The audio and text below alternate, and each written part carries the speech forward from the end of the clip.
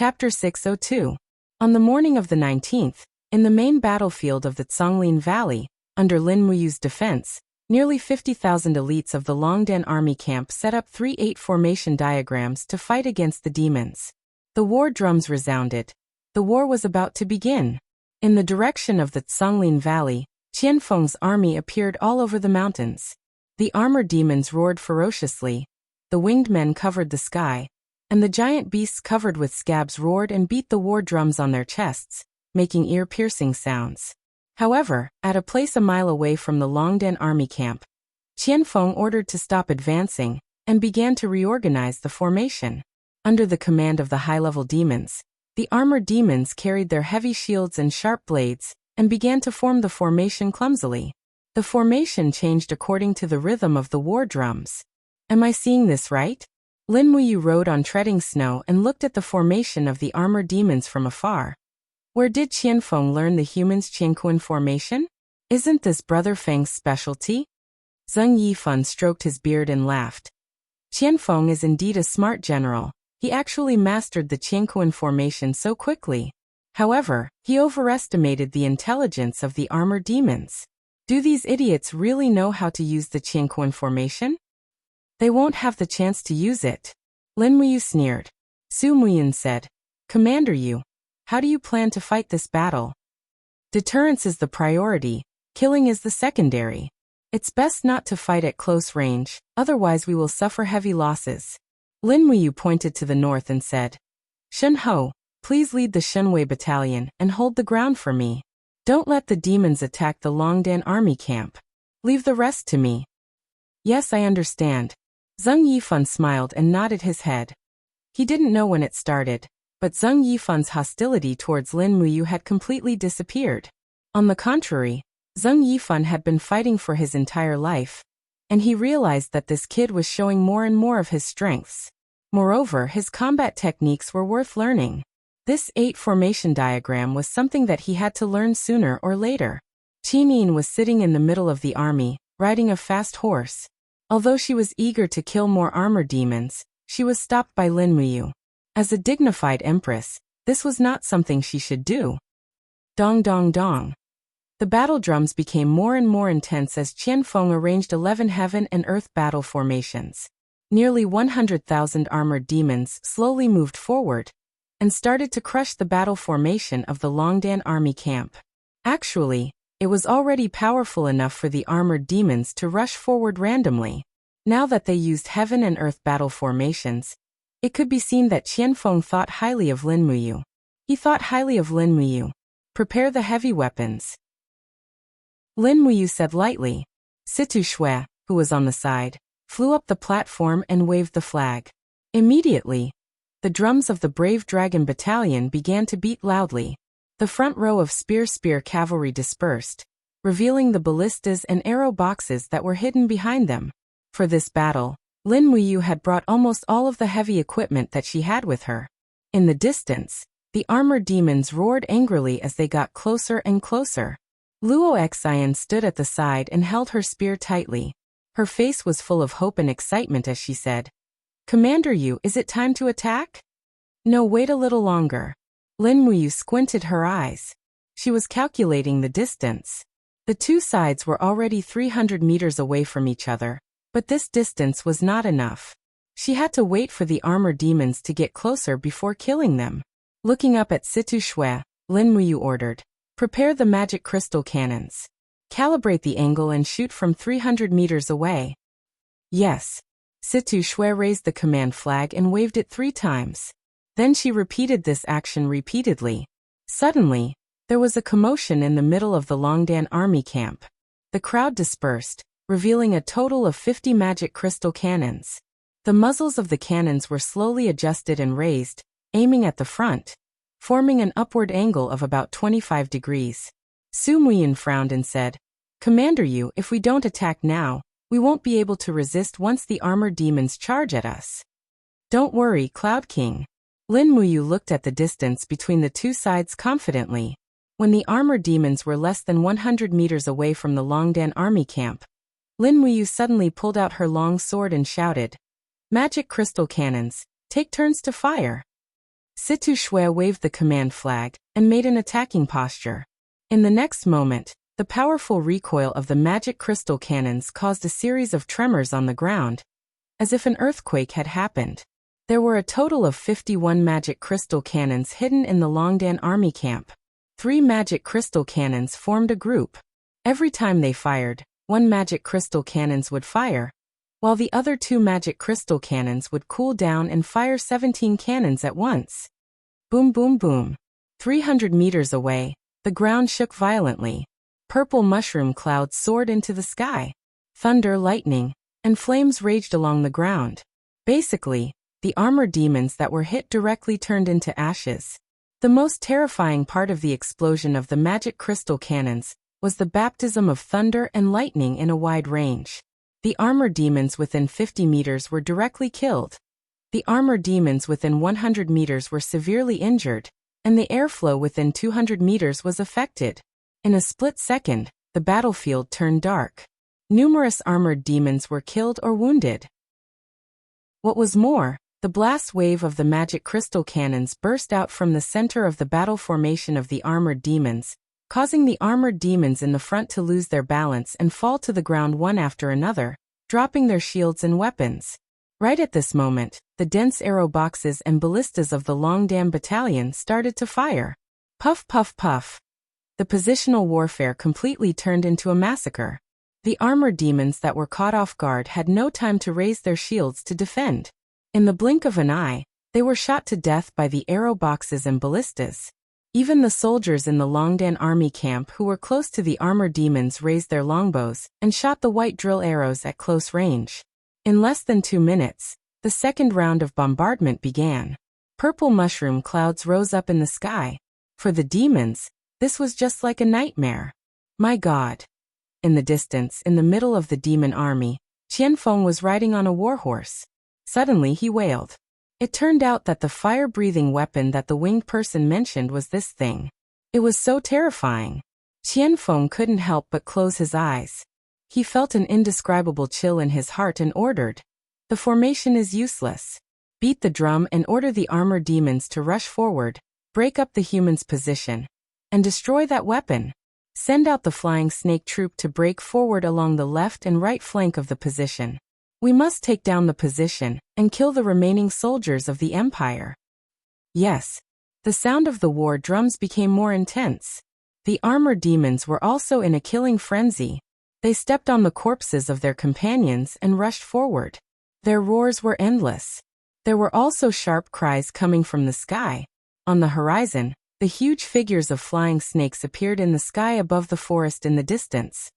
What is that? Lin Muyu could not help but frown. Flying snake. Qin Yin said softly. This kind of flying snake was mentioned in the intelligence.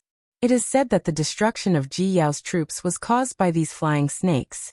One flying snake is enough to resist 10,000 soldiers. Damn it. Lin Muyu waved her hand and said, "Fengxi, send a letter to Wei Chou and order him to lead the warships to the north bank and attack the flying snakes. We must stop them." "Yes, madam." A few minutes later, a bird flew towards the direction of Daojiang River. "Magic crystal cannons, get ready to aim at the flying snakes," Lin Muyu said with a stern look. "Send out the barbarian shield battalion to stop the attack of the armored demons." Yes. Since the devil race had used their secret weapon, the humans could not hold back anymore. Lin Muyu spurred the warhorse and slowly moved forward. He knew that the front line needed his holy king's power. Qin Yin also carried the heaven-suppressing sword and walked side by side. Lin Muyu did not stop them. He wanted to see how strong Qin Yin's cultivation was. Jia jia. In the air in front of them, a flying snake blotted out the sky and covered the earth as it came crashing down. Facing the attacks of the boxes of arrows and the ballistae, the scales on its head all bounced off with a dang-dang sound. The scales were really too hard. Even the white drill arrows couldn't penetrate it. Roar. The force field in her body surged and a blue light shot up to the sky. The flying snake launched a power absorption attack. For a moment, the front line was in chaos. Many soldiers' weapons and shields were absorbed one after another. Screams could be heard. In a blink of an eye, Dozens of soldiers flew into the mouth of the flying snake. What are you waiting for? Fire the cannons. Lin Muyu looked back. Situ Shui clenched her teeth and waved the flag at the risk of exploding. Bang bang. The earth trembled as the two magic crystal cannons landed on the flying snake's head at the same time, and exploded instantly. Boom. Boom. Almost nothing could be seen in front of them. A purple mushroom cloud soared into the sky, and a shock wave blossomed in the air, forcing the armored demons and the soldiers of the Empire to retreat one after another. At the same time, miserable screams could be heard. The flying snake was still alive. The magic crystal cannons could not be fired in a short period of time, but the flying snake had to die. Jie. Two huge bloody holes appeared in the head of the flying snake, and its brain was about to burst out. However, it was still not dead. It roared angrily and continued to activate the force field, killing the soldiers of the Longdan army camp. Bastard! Lin Muyu jumped on the back of the horse and rushed over with her sword. Her two martial souls broke out of her body and merged into the seven luminaries' holy gourd. At the same time she shouted, "Xiaoyin, attack from above!" Okay. Qin Yin's graceful figure jumped onto Lin Muyu's arm. Lin Muyu shouted, and the king's combat flame surged. She pushed her arm up and sent Qin Yin dozens of meters into the sky. Then, she held her sword and slashed at the lower jaw of the flying snake with the seven luminaries' holy gourd. Crack! With a soft sound, the stellar sword split open the flying snake's lower jaw, leaving a long gash. However, Lin Muyu's body was forcefully pulled by the flying snake's force field into its mouth. Lin Muyu did not have the confidence that the dragon blood shield could withstand the teeth's attack. It's over. He suddenly felt a chill in his heart. At this moment, there was a sudden pop in the air, and a golden airwave came out. It was Qin Yin's action of summoning the god-binding chains. Lin Muyu was dumbfounded. How did Qin Yin's cultivation improve so much?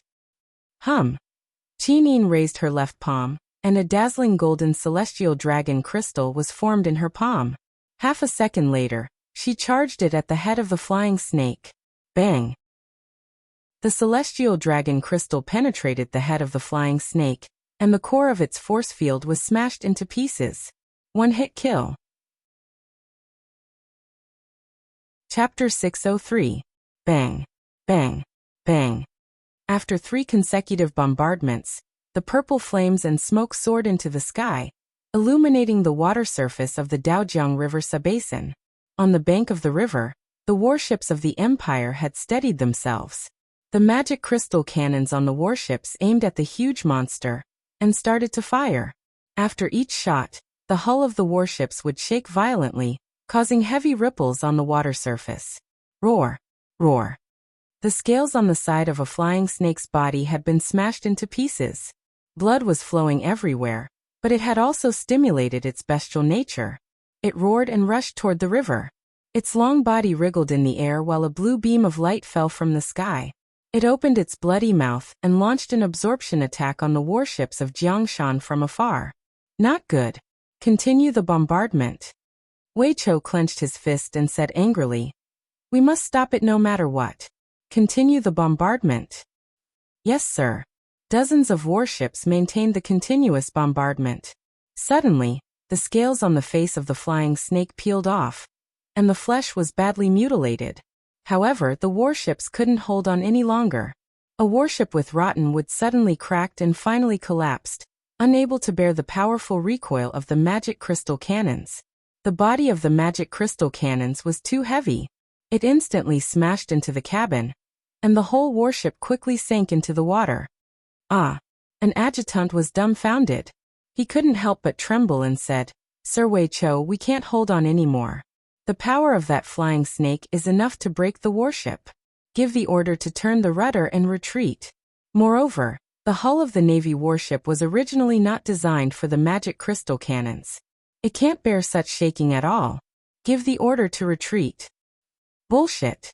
Wei Chou suddenly pulled out his sword and pointed it at the adjutant. His eyes were full of disappointment and anger. Look at the battlefield in front of us. So many soldiers of the Empire are using their flesh and blood to fight against the armored demons. Once the Empire is destroyed, what's the point of keeping your navy alive? Continue the bombardment. Without my order, no one is allowed to take half a step back. Yes, yes. General Wei. In the distance, a Chiliarch on another warship cupped his hands and said, "There are 3 more flying snakes coming over. What should we do? We might not be able to attract too many at the same time. No long-range bombardment. Lure all the flying snakes on the shore over." Wei Chou wiped the blood that had flowed out of his nose because of the blast of the magic crystal cannons. He gritted his teeth and said, "Try to reduce the pressure on the troops on the ground. They are suffering more than we are." Yes. Artillery fire filled the air, and battle cries rose to the sky. The area within 10 miles of the plain was in a chaotic battle. Even the remnants of the God Might Battalion and the Iron Blade Army joined the battle. At the moment of the survival of the Empire, no one seemed to be afraid anymore. Facing the demon army, everyone roared loudly, stepped on the corpses of their companions, and bravely killed. Kill! In the midst of the chaos, Qianfeng led a group of advanced demons to kill the humans. His arms were filled with Guru Devil Force. Suddenly, the sword turned into a blood-red energy field that was tens of meters long. The soldiers of the Longdan army camp in the energy field were all stunned and could not move. The next moment, blood and flesh splattered everywhere. All of them were killed by Qianfeng's sword Qi. Seeing Qianfeng charging in person, it seemed that the armored demons were also encouraged. They woke up from their stupor after being hit by the magic crystal cannons. Holding their battle axes, spears and war hammers, they attacked the humans' position crazily again. Boom. Suddenly, a loud sound came from the humans' position. A huge wave rose into the sky, and a series of explosions took place. All the soldiers within 100 meters were blown into pieces. The magic crystal cannons exploded, which directly triggered the explosion of the other 2 magic crystal cannons nearby. The stored shells were also detonated, creating a vacuum zone in the Longdan army camp like purgatory. The deep pit was full of corpses, and a strong burnt smell filled the air. "Lord!" Situ Shue's face was pale. She said, "The magic crystal cannons have been firing for too long, so they exploded. According to Lord Qin Xiling, they have to cool down for an hour before firing again, or they will explode again." Seeing thousands of soldiers of the Longdan army camp disappeared in an instant, Lin Muyu was so distressed that she almost couldn't say a word. She held the star's sword tightly and said, "Stop firing. Cavalry with spears and barbarian infantry, follow me to kill them. We have suffered a heavy loss, but the demons have also suffered a heavy loss. Brothers, pluck up your courage and kill them until they are scared." The people near and far drew their weapons one after another. Situ Sun bit the white soldier's shirt on his sleeve, tore off a piece of cloth, and wrapped the bloody hilt to prevent it from slipping. Then he suddenly raised the long sword and shouted, "My brothers, you are all heroes of the Empire today. Go, it's time to fight the demons." The cavalries of the Longdan army camp launched an attack, while Lin Muyu and Qinian galloped side by side at the forefront of the battle formation, facing the formation of Qianfeng. Everyone knew that this war could only end in a bloody battle. If the Empire retreated at this moment, humans would soon be extinct on this continent. Roar, roar, roar. In front of them, a dense group of armored demons roared and rushed over like a tide. Lin Muyu's heart sank, and she stretched her arms slightly. Suddenly, rays of golden light lingered and trembled around her arms, and a powerful force shook the surrounding earth. The god-binding chains and the 7 luminaries' holy gourd slowly gathered together, forming a huge sword in front of her. She pointed the star's sword lightly, and the 7 luminaries' holy sword was added to the long sword. With Lin Muyu and Takshu as the core, it suddenly stabbed forward. The energy of the nearly 20-meter-long 7 luminaries' holy sword easily tore the group of armored demons into pieces. Boom! The group of steel blade army in front of them was torn into pieces. It was Qianfeng's attack. His master devil power turned into a huge blade, and no one knew how many people had died under this huge blade. Roar! The sound of a ferocious beast came from the sky. Another flying snake was coming. Lin Muyu couldn't help but secretly complain. At this moment, Qinian suddenly raised her snow-white arm and blasted it at the empty space in front of her. Bang, bang, bang. Golden crystals broke out of the ground and rushed into the sky in a ladder shape. Qin jumped off the warhorse, held the long sword, and flew into the sky on the dragon crystal. She said, "I will go and deal with the flying snake. Brother Yu, stop Qianfeng." Okay. Lin Muyu roared and rushed toward Qianfeng with the 7 luminaries' holy sword. Qianfeng also saw Lin Muyu, and his eyes turned red when he saw his enemy. He waved the master devil power in his hand and pointed it at Lin Muyu. He spurred his warhorse and rushed over. Bang! When the 7 luminaries' holy sword collided with Qianfeng's master devil power, the world suddenly lost its color. The dull sound was accompanied by the shock wave, which made people's hearts feel like it was hit. The 7 luminaries' holy sword and the master devil power were shattered instantly. Lin Muyu jumped off the warhorse and rushed toward Qianfeng with her sword in hand. When the 2 swords collided, neither of them reduced their strength. They used their strongest strength to shake each other. The cyclone produced by the king's fighting flame and the master devil power kept flying up, and the gravel, corpses, and debris around them were all crushed. The people who were fighting had to avoid the battlefield of the 2 peerless masters. Lin Muyu and Qianfeng were both masters of swords. In the blink of an eye, the battlefield was covered with smoke and dust. In the blink of an eye, dozens of swords were exchanged, and each sword created a wave of air, which shook the surrounding cavalry. The web between Qianfeng's thumb and index finger was already bleeding. His helmet fell to the ground, and his long hair was flying in the air. Although he was in a sorry state, his fighting spirit was extremely high. He used all his strength in every sword strike, and did not hold back at all. He wanted to defeat Lin Muyu so badly. Only by defeating this old enemy could he avenge himself. Lin Muyu was not much better. There were sword marks on her shoulder and armpit. If it were not for the divine seal engraved on her star's sword, she would not have been able to resist Qianfeng's attack. The cultivation of the first commander of the devil race was too high. The strength of the master devil power was far beyond the other elders of the devil race. Clang! Qianfeng suddenly pressed the star's sword with his sword, and the other edge of the star's sword pressed on Lin Muyu's shoulder, cutting into her skin. Die! The killing intent in Qianfeng's eyes was incomparably strong, and his whole person seemed to have fallen into the devil. Lin Muyu held the sword in her right hand, and suddenly stretched out her left hand, and suddenly punched Qianfeng's cheek. Bang! The protective gang qi was blown away, and Qianfeng could not help but spit out a mouthful of blood, and Lin Muyu felt a sharp pain in her shoulder. Qianfeng's sword qi had entered her body, and this kind of pain was really too unbearable. Raising her left arm forward, Lin Muyu's blood-stained face was full of pride, and she shouted in a low voice, "Acatosaurus armor!" A dragon's roar reverberated in the space, and the blood-red scales turned into armor inch by inch, blessing Lin Muyu's body. Suddenly, her whole body seemed to be bathed in sweet dew. The Acatosaurus and her strength were getting more and more compatible, so much so that it could heal injuries and enhance her strength.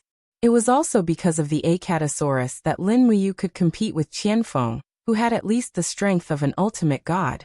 Ha! With a shout, Fushi's divine power and imperial combat flame were infused into the long sword, and Lin Muyu brazenly slashed down with her sword. Qianfeng was stunned. Feeling that the power of Lin Muyu's sword was far stronger than before, he hurriedly defended himself. However, the moment the 2 swords collided, Qianfeng immediately spat out a mouthful of blood. Lin Muyu's Fushi divine power was too strong. Poof! With a spurt of power, Qianfeng's body flew out like a fallen leaf. Save the marshal! In the distance, Lian Xiao roared loudly. Suddenly, a large group of armored demons and high-level demons rushed over. Lin Muyu's battle robe and face were covered in blood. Some of it was from humans, and some of it was from demons. At that moment, his handsome face was a little twisted, and even a little ferocious. With a roar, he swept out his long sword, and the 7 luminaries' celestial sword pierced through dozens of armored demons and high-level demons. A dull sound came from the sky, and a huge creature fell into the battle formation of the demons. It was a flying snake with dragon crystals all over its body. Qin Yin had single-handedly killed a flying snake. Chapter 604. Ka ka ka. The star's sword cut the armored demon's body into pieces. Lin Muyu spun in the battle formation, like a flaming iron lotus strangling the crowd. At this moment, there was only killing in Lin Muyu's eyes. There was no other color. He had even forgotten his own existence. His Yi was chaotic and chaotic, only the rising flame of revenge. What's wrong with me? Lin Muyu couldn't help asking himself as his body spun and killed. But blood. He seemed to be very thirsty for the blood of the Devil clan. He couldn't hold back the killing intent in his heart. You. Qinin came from behind and suddenly grabbed Lin Muyu's arm. Get out of my way. Lin Muyu reflexively slashed backward with his sword. Qinin was caught off guard and used the celestial dragon crystal to block, but it was too late. Blood bloomed on her arm. The star's sword was too sharp. You, what's wrong with you? Qinin was stunned and looked straight at Lin Muyu. The young man in front of her was no longer the Lin Muyu from before.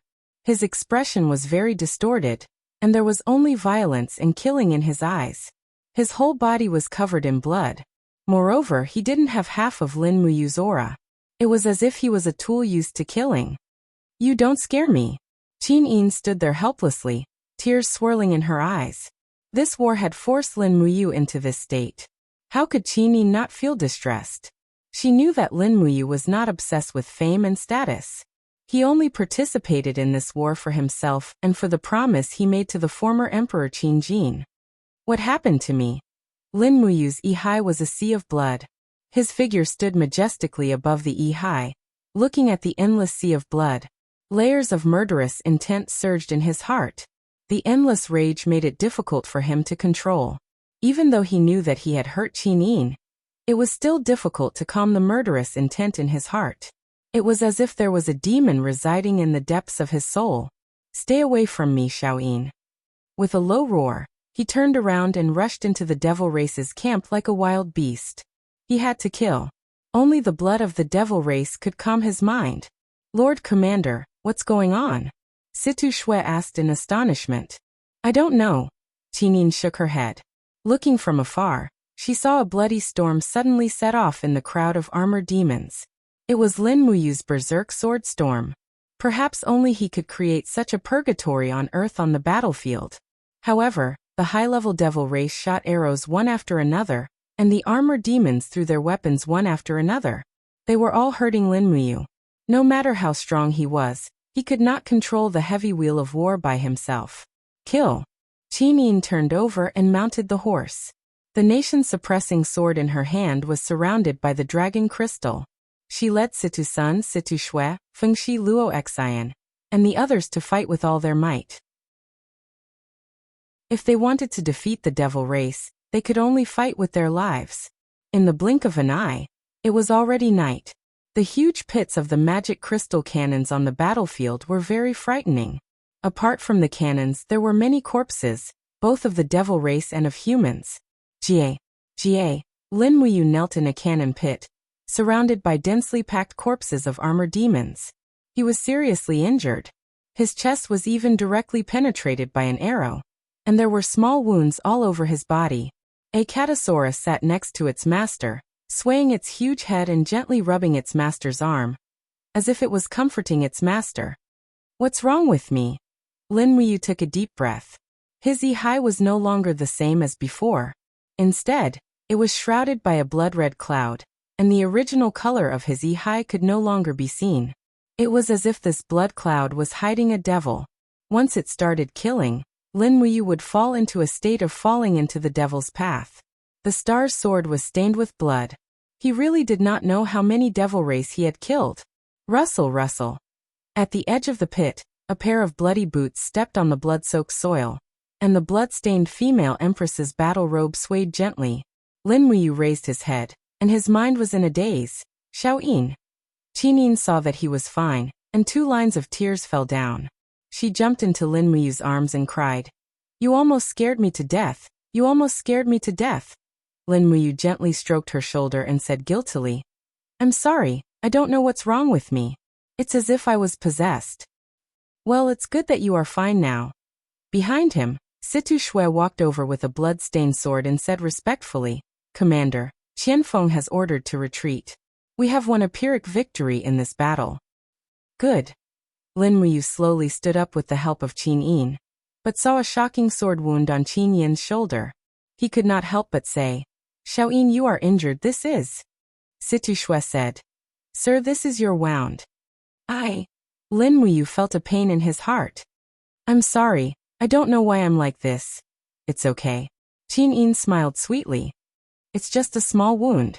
Let's go back to camp. You have to recuperate quickly.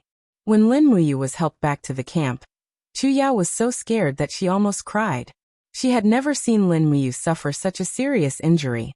There was not a single part of his body that was unharmed, and his face was full of scars. Fortunately, his muscles, bones, and skin were very tough, and he had a strong recovery rate. Furthermore, his saint body would not leave any scars. Otherwise, he would be considered disfigured. The next morning, in the human camp, Lin Muyu sat on the commander's seat with his body covered in bandages. This was the first time he sat in the commander's seat in front of so many people, and Qin Yin had acquiesced.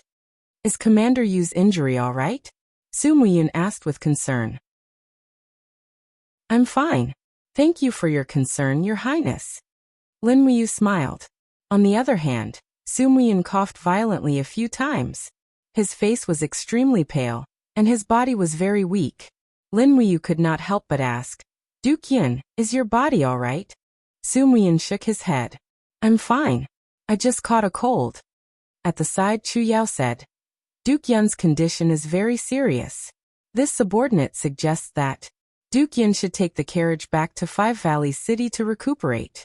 Otherwise, I'm afraid the consequences will be unpredictable. The war is urgent. As a subject of the Empire, how can I leave? Su Muyun waved his hand. I'm fine. Don't worry. If the demons don't retreat, I won't leave. Qin Yin worriedly said, Grandfather, but your body. I'm fine. I'm really fine. Su Muyun smiled. Yesterday's battle was very fruitful. The demons were defeated and retreated. I think Qianfeng has less than half of his troops left. Lin Muyu asked, How are our losses? Situ Shui's expression was solemn. Sir, there are only 25,000 people left in the Longdan army camp. The other legions suffered even more. The Godmight Battalion has less than 4,000 people left, and the Steel Blade Army has less than 10,000 people. Now we can use less than 150,000 people. Most of them are new recruits from the Cloud Province and the Steel Wall. Our combat power is worrying. What about the demons? We cleaned up the battlefield early in the morning. We found 50,000 armored demons' corpses, and more than 4,000 high-level demons' corpses. Many of them were directly destroyed by the magic crystal cannons. Preliminary estimates show that Qianfeng can use less than 30,000 armored demons, and less than 5,000 high-level demons. The Wing Tribe's combat power is average, so we don't need to count them. How many weapons and magic crystal cannons do we have left? There are 39 magic crystal cannons and more than 800 cannonballs.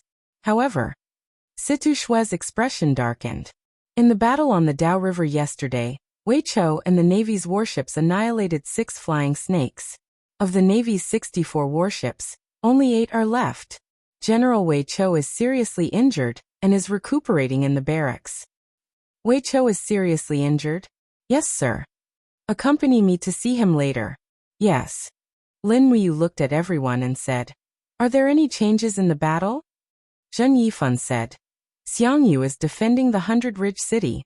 Tanglan's reinforcements are on the way. Also, there is news from the Heavens Pivot Province. The local government said that a human army is entering the Heavens Pivot Province from the Cloud Ridge. They are attacking wantonly and have already seized 6 cities in the Heavens Pivot Province. Human army? What's their background? It's the demon race's advance party, if I'm not wrong. Zheng Yifan frowned. Qianfeng is delaying us here while sending his puppet army to attack the Heavens Pivot Province. If nothing unexpected happens, the demon race's advance party has already surrounded Divine Shadow City. Most of the troops stationed in Divine Shadow City have been transferred to the front lines. Qianfeng's wishful thinking is to use this battle to exchange for a rich and populous Heavens Pivot Province. Luo Xian laughed coldly and said, The vanguard army is a bunch of cowards. There's nothing to be afraid of. As long as you give me an army of 20,000, I can take back Divine Shadow City from their hands. Don't act rashly, Lin Muyu said. No one knows the true strength of the demon race. Perhaps Qianfeng doesn't have any troops left, but as long as there are 30 to 50,000 armored demons in the Heaven's Pivot Province, I'm afraid that even 100,000 of our troops will be sent to their deaths. Unless Big Brother Feng's main force is transferred back, the Empire's army won't be able to fight the demon race head-on. Then what do we do now? Su Muyin asked. Lin Muyu respectfully said, fortify the walls and clear the fields. Clean up the battlefield, bury and burn all the corpses, so that the demon race loses their food supply. It won't be long before Qianfeng retreats. If Qianfeng retreats, it means that the demon race's troops have been completely wiped out. We can then regroup and kill our way out of the steel walls and recover the Winter and Tongtian provinces. If Qianfeng doesn't retreat, it means that the demon race's vitality hasn't been greatly damaged. We still need to continue to deal with them. As she said this, Lin Muyu looked at Situ Sun and said, General Sun, order all the people in the Longdan army camp who can still fight to be stationed at the front lines. Have the magic crystal cannons on standby. Yes, Commander. Lin Muyu stood up. Qin Yin floated over to support her and said, let me accompany you to see General Wei Chou. You go see him personally. I'm afraid you'll scare that kid. I won't. Chapter 605. Wei Chou's tent. When Lin Muyu and Qin Yin walked into the tent together, Wei Chou was startled as expected. Ignoring Chu Yao who was helping him change his dressing, he got off the bed and knelt on the ground with his bare feet. General Wei Chou greets Your Highness. Long live Your Highness. Greetings, Commander. Get up. There's no need to stand on ceremony. Qin Yin raised her hand with a smile and supported Wei Chou to stand up through the air with her sacred power. How are your injuries? Lin Muyu stepped forward and asked. Wei Chou sat back on the bed and smiled awkwardly.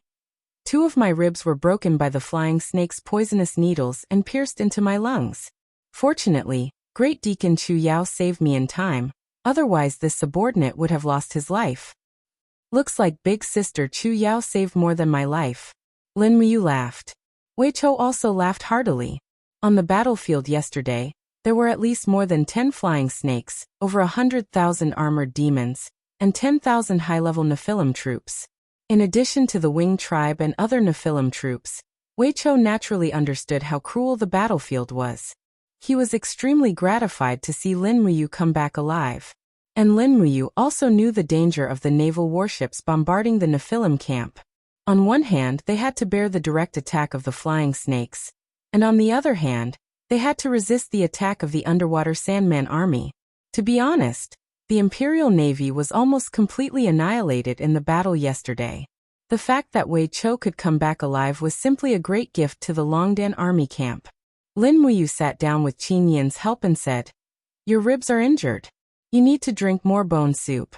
Let the Spirit Fire Division make you some horse bone soup. The number of war horses that died in the battle yesterday is definitely not small. Yes. Wei Chou smiled. I'm afraid after this battle, we will have to ask Princess Shi for good horses from the Endless Forest again. Commander, our Longdan army camp claimed to have 70,000 soldiers, but now there are less than 30,000 left. This general's heart aches. I know.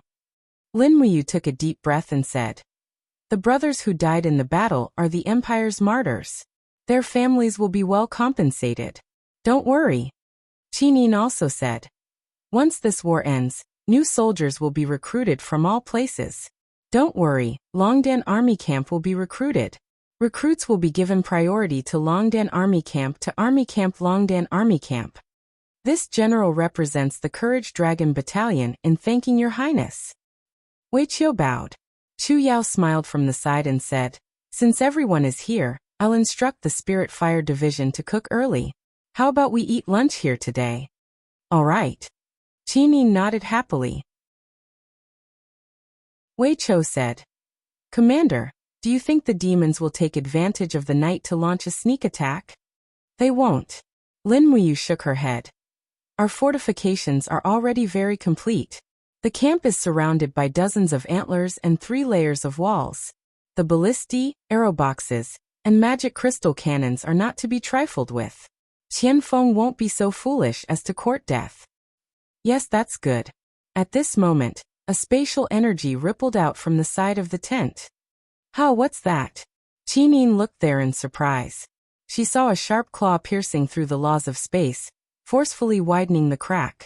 From the scales on the claw, it could be seen that it was a Catasaurus. A Catasaurus was a holy dragon-type spirit beast, so it could not be measured by the standards of ordinary spirit beasts. Lin Muyu had always adopted a free-range strategy for a Catasaurus, so what a Catasaurus was doing in the different space and which plane it was in, he had no idea at all. But looking at the situation, a Catasaurus had long been self-sufficient. Not long after, a Catasaurus's big head drilled out of the spatial crack. After a while, it finally drilled out. After landing on the ground, it wagged its tail and came to Lin Muyu's side. When Lin Muyu gently stroked its head, she also found that a Catasaurus's injuries from yesterday's battle had actually healed more than half. The original scales on the wound between its neck had fallen off, but now there were new very tender scales. "Awoo!" A Catasaurus cried out to Lin Muyu and Qinin, then made a vomiting motion. Soon after, with a paw sound, it vomited a bone about 30 centimeters long, which looked like a piece of animal bone. Aha! Lin Muyu couldn't help but laugh. Wei Chou, it seems that a Catasaurus knows that your ribs are broken, so it found a bone from another space to cook bone soup for you. You see, a Catasaurus is so considerate.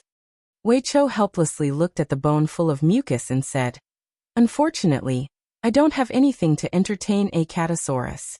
I can't feed him a leg, so please help me convey my gratitude." Lin Muyu nodded. "Well, no problem." At this time, Chu Yao walked up and used a white cloth to wipe the bone that a Catasaurus brought. Her palm was enshrouded with fighting energy. Suddenly, she was stunned and said, "The spiritual power on this bone is so strong, and the bone content is also quite high. It seems that a Catasaurus did not make a mistake. This bone can really be used as a supplement for Wei Chou."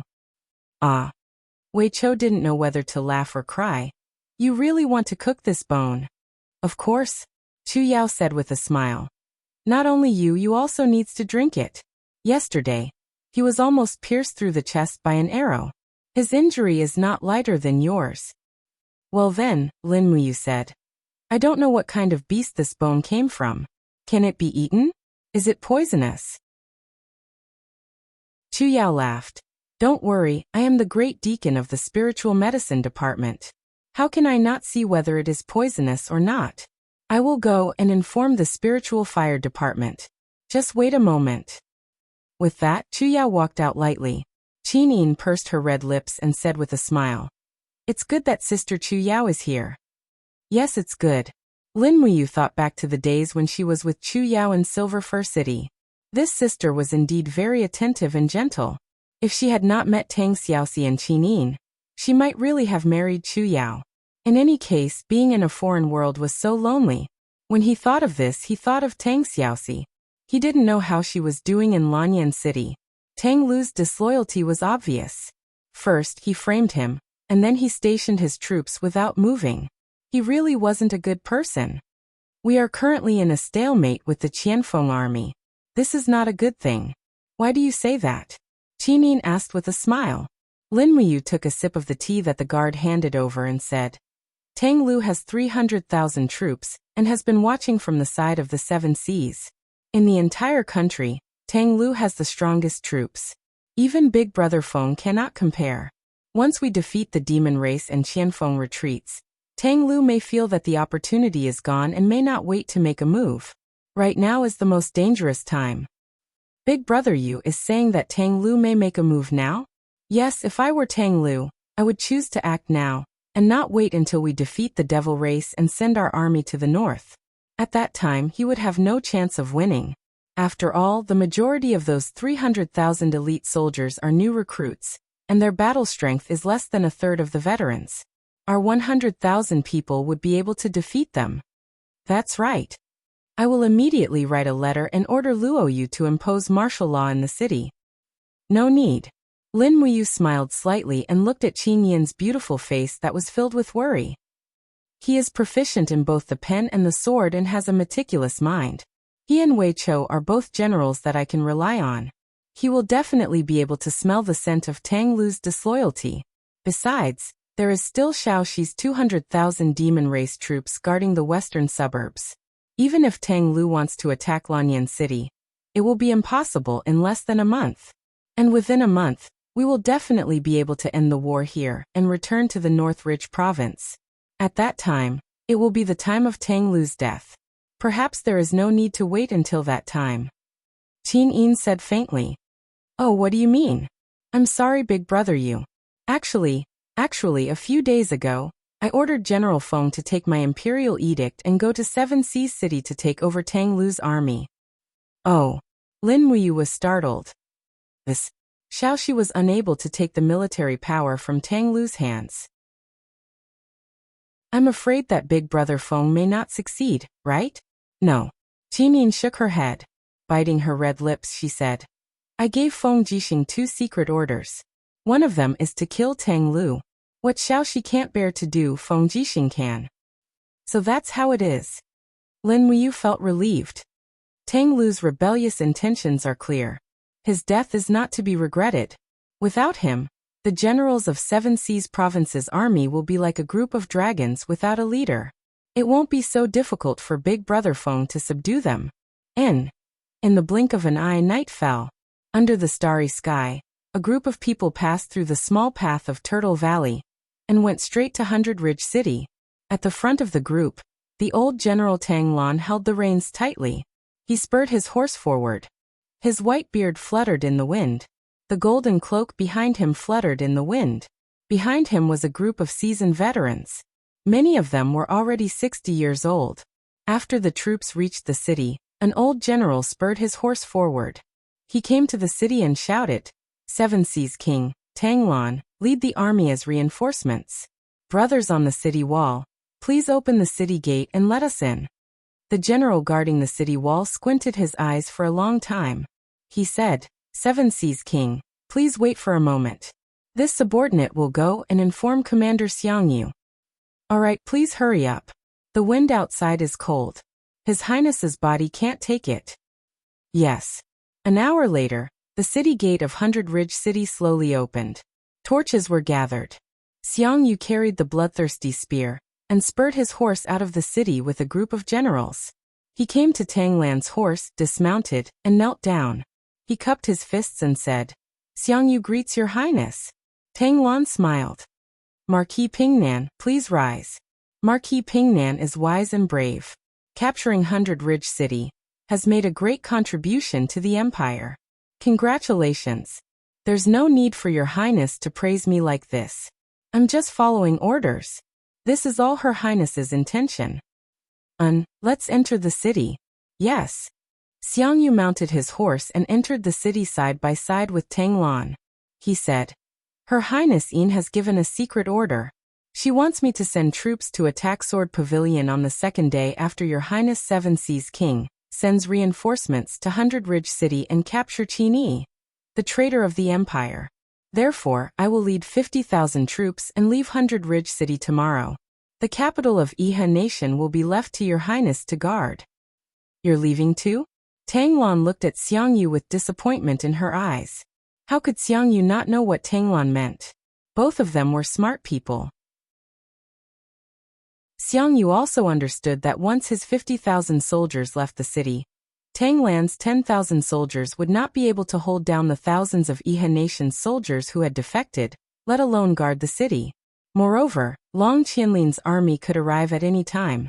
Guarding the city was equivalent to waiting for death.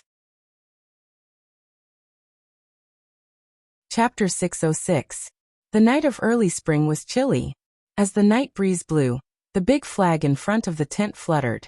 Under the light of the fire, the golden-purple flowers on the flag looked so beautiful. Inside the tent, Qin Yin was meditating. Clouds of golden light lingered around her body. Under the light, her ice skin and jade bones seemed to become transparent. Streams of divine power were running in her body. Phew! After one round of breathing, Qinyin slowly breathed a sigh of relief. She opened her eyes, and a golden light flashed across her eyes. That was the power of the divine power. Qinyin clenched her fists gently and couldn't help laughing. The power of the celestial dragon crystal seemed to be more powerful. Since the divine personality was formed in her body, her cultivation had been improving at a very fast speed. In a short time, she had officially stepped into the first heaven of the divine state. The omnipresent divine power in her body had proved everything. Could it be that the divine personality was really that powerful? All of a sudden, Qinyin suddenly felt a powerful force slowly cruising in the distance. It was a force that was different from that of human cultivators. It was full of violence and evil. Someone was coming, and he was just a few miles away from the camp of the Empire. Bang! Grabbing the heaven-suppressing sword, Qinyin spun up from the brocade seat and disappeared in the air. Only a light purple space crack was left in the air, which slowly disappeared. It was the power of the void-breaking four-dimensional travel. The next moment, Qinyin appeared in the mountains a few miles away from the camp. A figure flashed past in front of her. She immediately spread her 5 fingers, and the divine state realm covered the sky and earth. Suddenly, the sound of trees breaking could be heard. Like a huge force, Qinyin's realm was full of the destructive power of the divine state. "Come out!"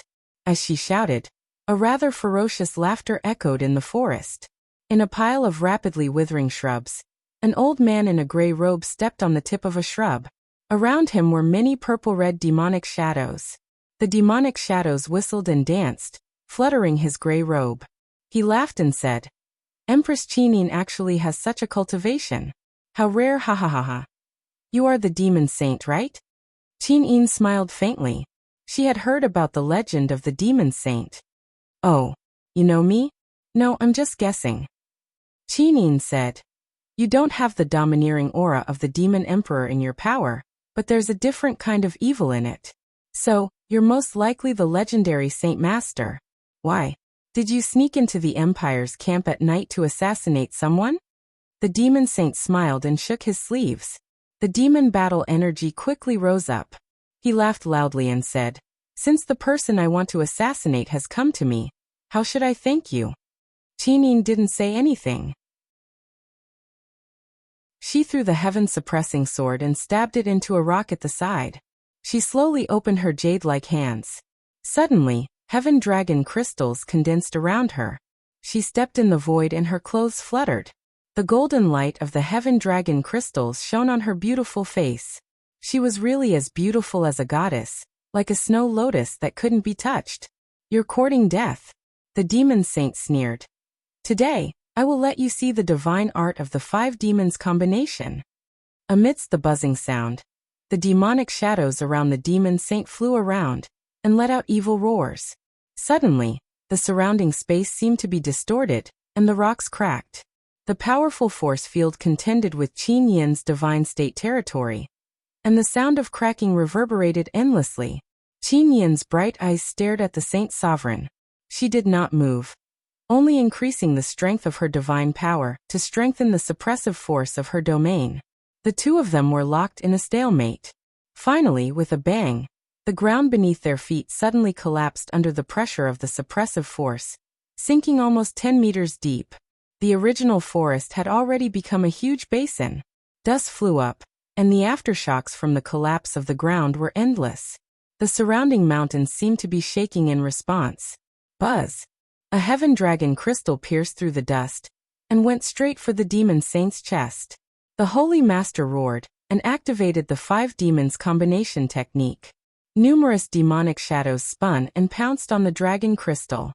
A strong force in the air shook the celestial dragon crystal. Bang! With a loud sound, the demon saint was knocked back dozens of meters. His arms were numb, and the 5 demons combination in his body dissipated by nearly 30%.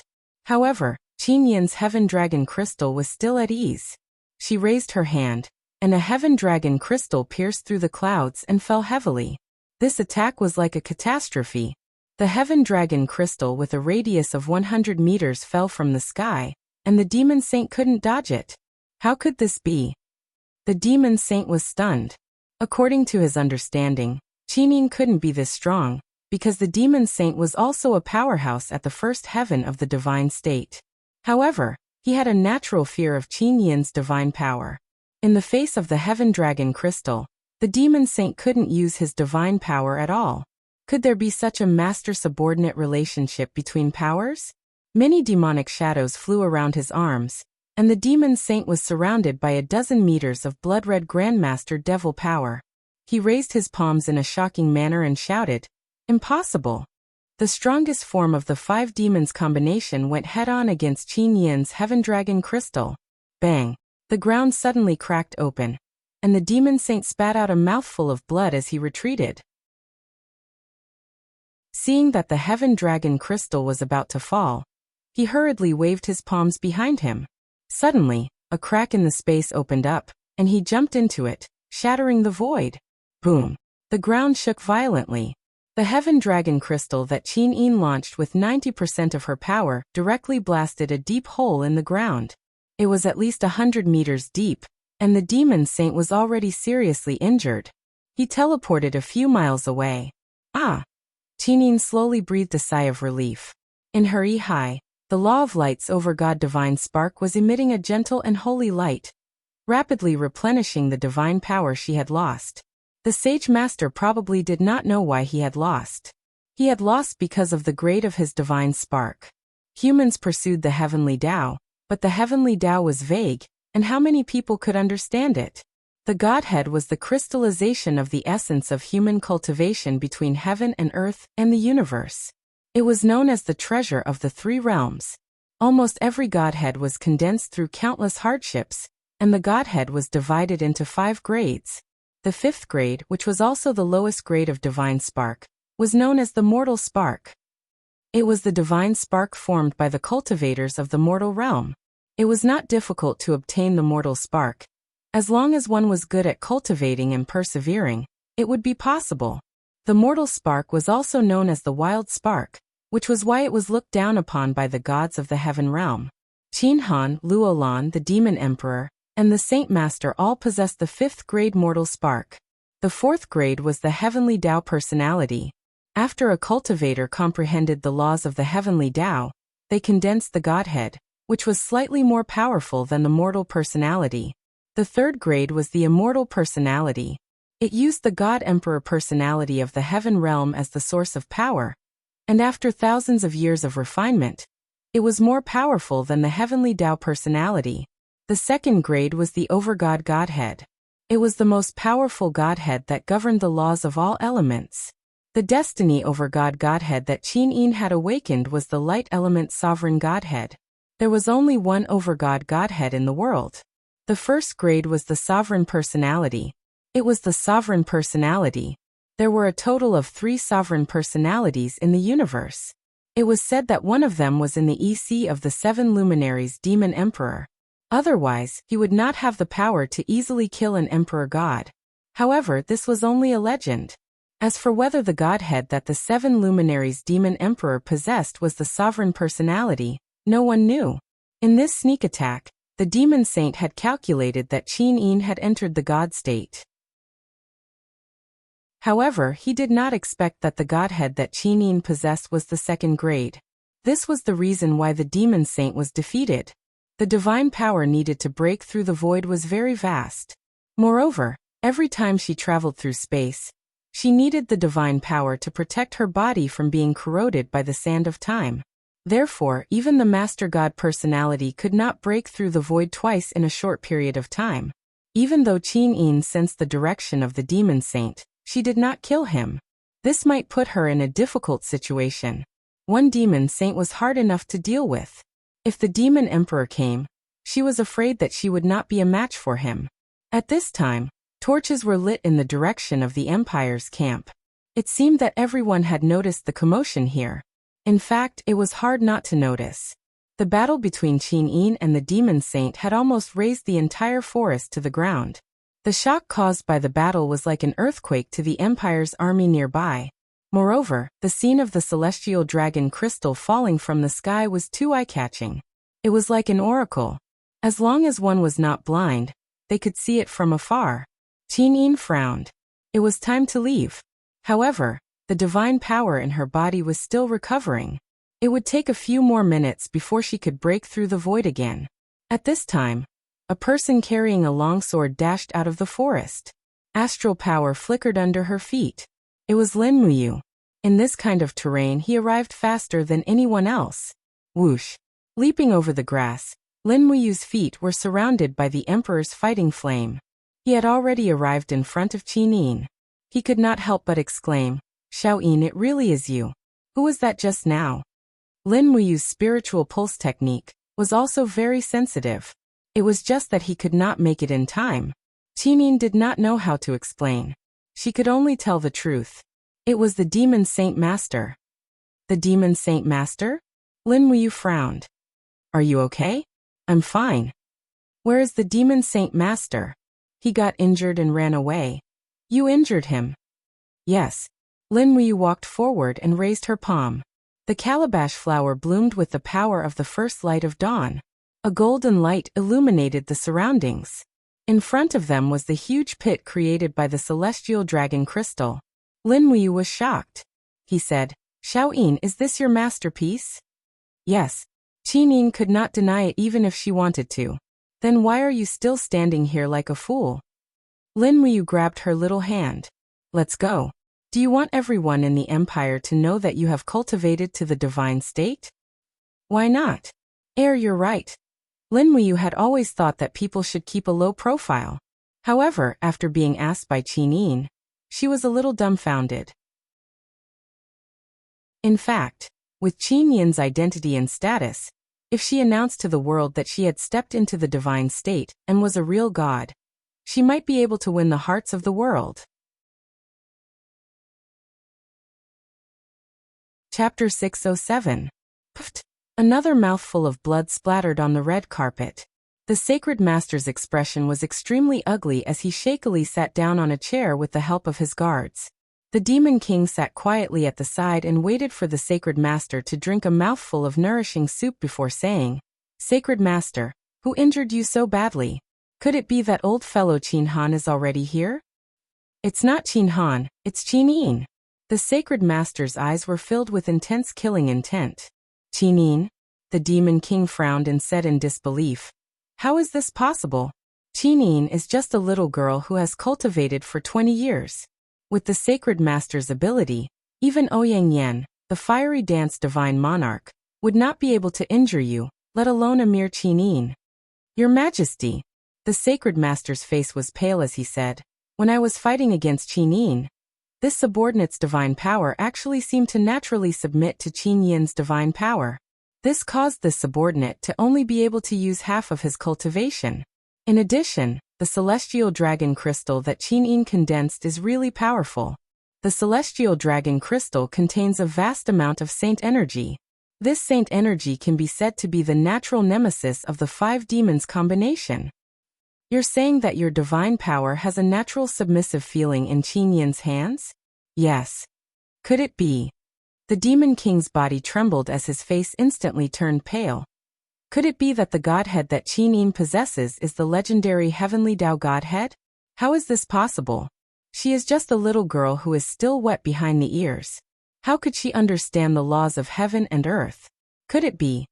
Could it be the 3rd-grade caste immortal godhead that old fellow Qin Han found in the heaven realm?" "Impossible." The sacred sovereign frowned and said, "Although Qin Han, that old bastard, had indeed ascended to the heaven realm once, the caste immortal lattice is extremely precious. All the god kings and god emperors in the heaven realm yearned for it, but Qin Han was not a saint. If he had obtained the caste immortal lattice, he would have cultivated it himself. Why would he leave it to Qin Yin after thousands of years?" The Demon King took a deep breath and said, "If that's really the case, then it's too terrifying. It's impossible for Qin Yin to condense the heavenly Tao fate or the forged immortal fate. So it can only be the overgod fate. Sovereign spark?" The sacred master was astonished. "That's a god emperor spark that was destined to be born, and there are only 10 or so sovereign sparks in the universe. How could this Qin Yin possibly have formed a sovereign spark? She was born by destiny." The Nephilim King clenched his fist. "If this little girl's luck is really extraordinary, If that's the case, then we have to get rid of Qinin. If Qinin doesn't die, it'll be difficult for us to seize this continent. Humph, Qinin must die. Sacred Master, do you have any news about Yaoji? Yaoji is thousands of miles away. The Sacred Master nodded and said, Your Majesty, today's battle is unfavorable for us. Lin Muyu's magic crystal cannons are very powerful. More than half of the demon race's army has been destroyed. If we continue to fight, I'm afraid that we will perish together with the human empire. In this subordinate's opinion, it's better to retreat. Yes. The Nephilim King's dark eyes were filled with hatred, he said. But we must kill Qinin. As long as Qinin is dead, we will have won a great victory after we leave the Tongtian Gorge. Yes, this subordinate will arrange it. Sacred Master, rest early. Tomorrow morning, let's see what Marshal Qianfeng has arranged. Yes. The next day, there was no movement from the demon race. They didn't attack or retreat, and Lin Muyu could only set up a defensive position and confront Qianfeng. On the 22nd of February, in the western suburbs of Lanyan City, in a camp of the demon race, a letter was sent to Tang Xiaoxi. What? Tang Xiaoxi looked at the letter in her hand, and her beautiful face was full of horror. Xiao Yin ordered grandfather to lead 10,000 soldiers to reinforce Bailing City? There are at least 100,000 Iha Kingdom soldiers to the south of Bailing City. Tang Zhen, who had grown a long beard, cupped his fists and said, It seems that Her Highness is really determined to get the Lingnan territory. Otherwise, she wouldn't have sent His Highness the Seven Seas King to guard Bailing City. No. Tang Xiaoxi shook her head. No, Tang Zhen, you still don't understand Xiao Yin's intention. It's impossible to defend Bailing City with just 10,000 soldiers. The Iha Kingdom has deep roots in Bailing City. How can they be subdued by just 10,000 soldiers? Moreover, Long Qianlin and Ding Shi will definitely send their army back to reinforce Bailing City. By then Bailing City will be a dead city. Then what should we do? Isn't Duke Lan? Tang Zhen panicked when he heard this. After all, he used to be a general of the Tang family. Although he didn't agree with Tang Lan's way of keeping a low profile, he still didn't want to see Tang Lan die in vain. Tang Xiaoxi clenched her fists tightly as she crushed the letter and said, I don't care what Xiao Yin thinks, but he's my grandfather. I can't just sit by and watch him die in battle in Hundred Ridge City. He's my grandfather. At your command. Tang Zhen nodded. Good. Gather 5,000 light cavalrymen, and follow me to Bailing City through a shortcut. With our fastest speed, we might be able to reach Bailing City in 5 days. Yes, Your Highness. Tang Zhen nodded and said, Princess, Commander Feng Jixing is here. Oh. What's General Feng doing here? He has the Empress's edict, the Seven Seas King's handwritten letter, and a Tang sect order. He says that he's going to Seven Seas City to mobilize Tang Lu's army to Tsungnan province to defend against the enemy. I see. Let's go. Follow me to see Feng Jixing. Yes. Outside the camp, the spring breeze was gentle. Feng Jixing didn't bring many men with him. His face looked weathered, and he must have stayed up late to travel. He cupped his fists and smiled. Feng Jixing pays his respects to Princess Shi. General Feng is too courteous. Tang Xiaoxi smiled and said, Is General Feng here for military power? Yes. Do you have the confidence to obtain military power? No. Feng Jixing answered honestly and smiled. But I'll do my best and not let you down. Good. You're Mu's brother. I'll lend you a hand. Tang Xiaoxi took out a Tang sect order from the space bag at her waist and threw it to Feng Jixing. Ah, Tang sect order? Feng Jixing was stunned. That's right, Tang Xiaoxi said. If you have 2 Tang sect orders, Tang Lu's courage to disobey the imperial edict will be reduced. Thank you, Princess Shi. No need to thank me. I have something to ask General Feng for help. What is it? Princess Shi, feel free to tell me. Tang Xiaoxi moved her jet black hair that was blown about by the cool breeze and said, Tang Lu is the last descendant of the Tang clan, and he's grandfather's last hope as well. So Commander Feng, please spare Tang Lu's life no matter what, alright? I'll do my best. Do your best, Tang Xiaoxi sighed faintly. Alright then. Do your best. She also knew that Tang Lu disobeyed the imperial edict.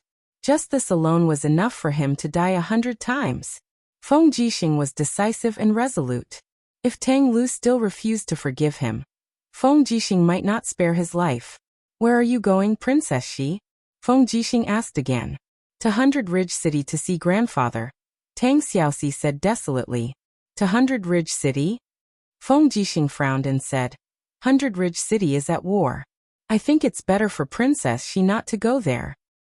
No, I have to go. Tang Xiaoxi smiled and bowed to Feng Jixing like a lady. Xiaoxi will take her leave. General Feng, please take care. Yes. In the 100 Ridge City, the Duke of Zhennan's mansion was brightly lit at night. At this moment, the mansion had become the temporary residence of the Seven Seas King, Tang Lan.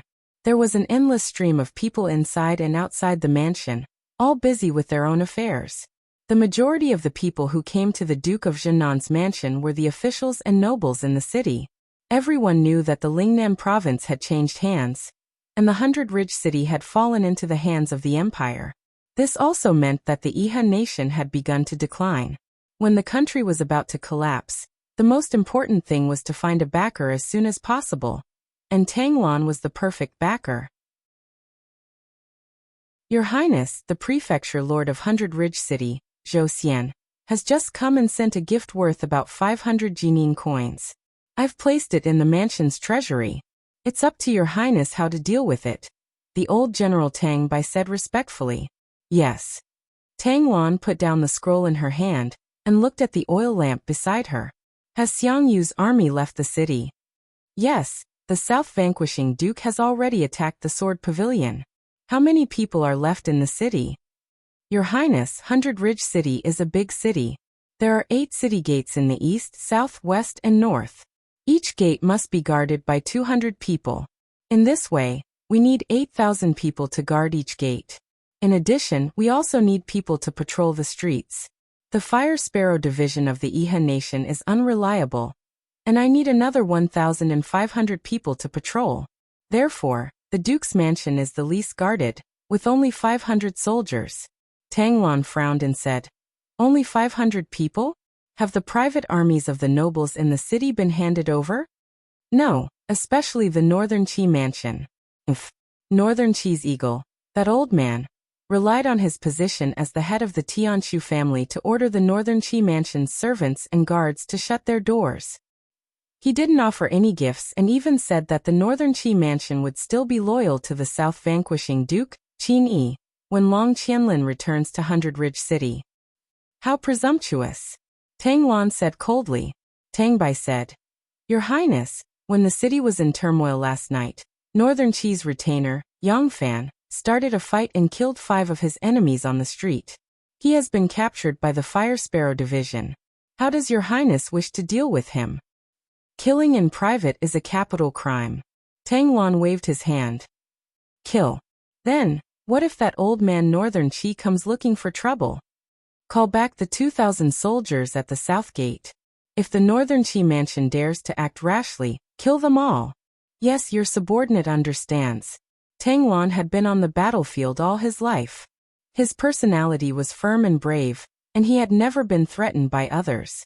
Moreover, the Northern Qi mansion thought of itself as a noble family.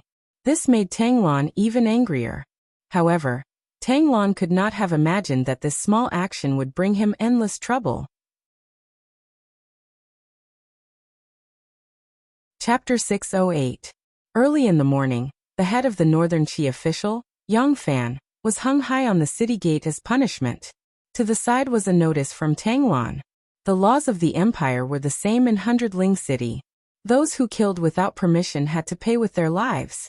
Even if they used the heavenly book to kill, they had to pay with their lives. Clang! A heavy palm landed on the golden silkwood table. The nearly 60-year-old Northern Qi eagle's face was full of anger. He was a member of the Heavenly Book family in Iha Kingdom, and the only person in Iha Kingdom who could write the Heavenly Book. With his cultivation of the second tier of the Heaven Realm, how could he endure such humiliation? With a face full of anger, he said in a low voice, The Northern Qi Prefecture and the Empire are irreconcilable. Lin Muyu killed my son, Northern Qi Huan. Now, Tanglan has gone too far and killed Yongfan of the Northern Qi Prefecture. It is truly despicable.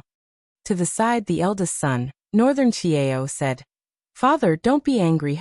Tanglan only has less than 10,000 soldiers in his hands.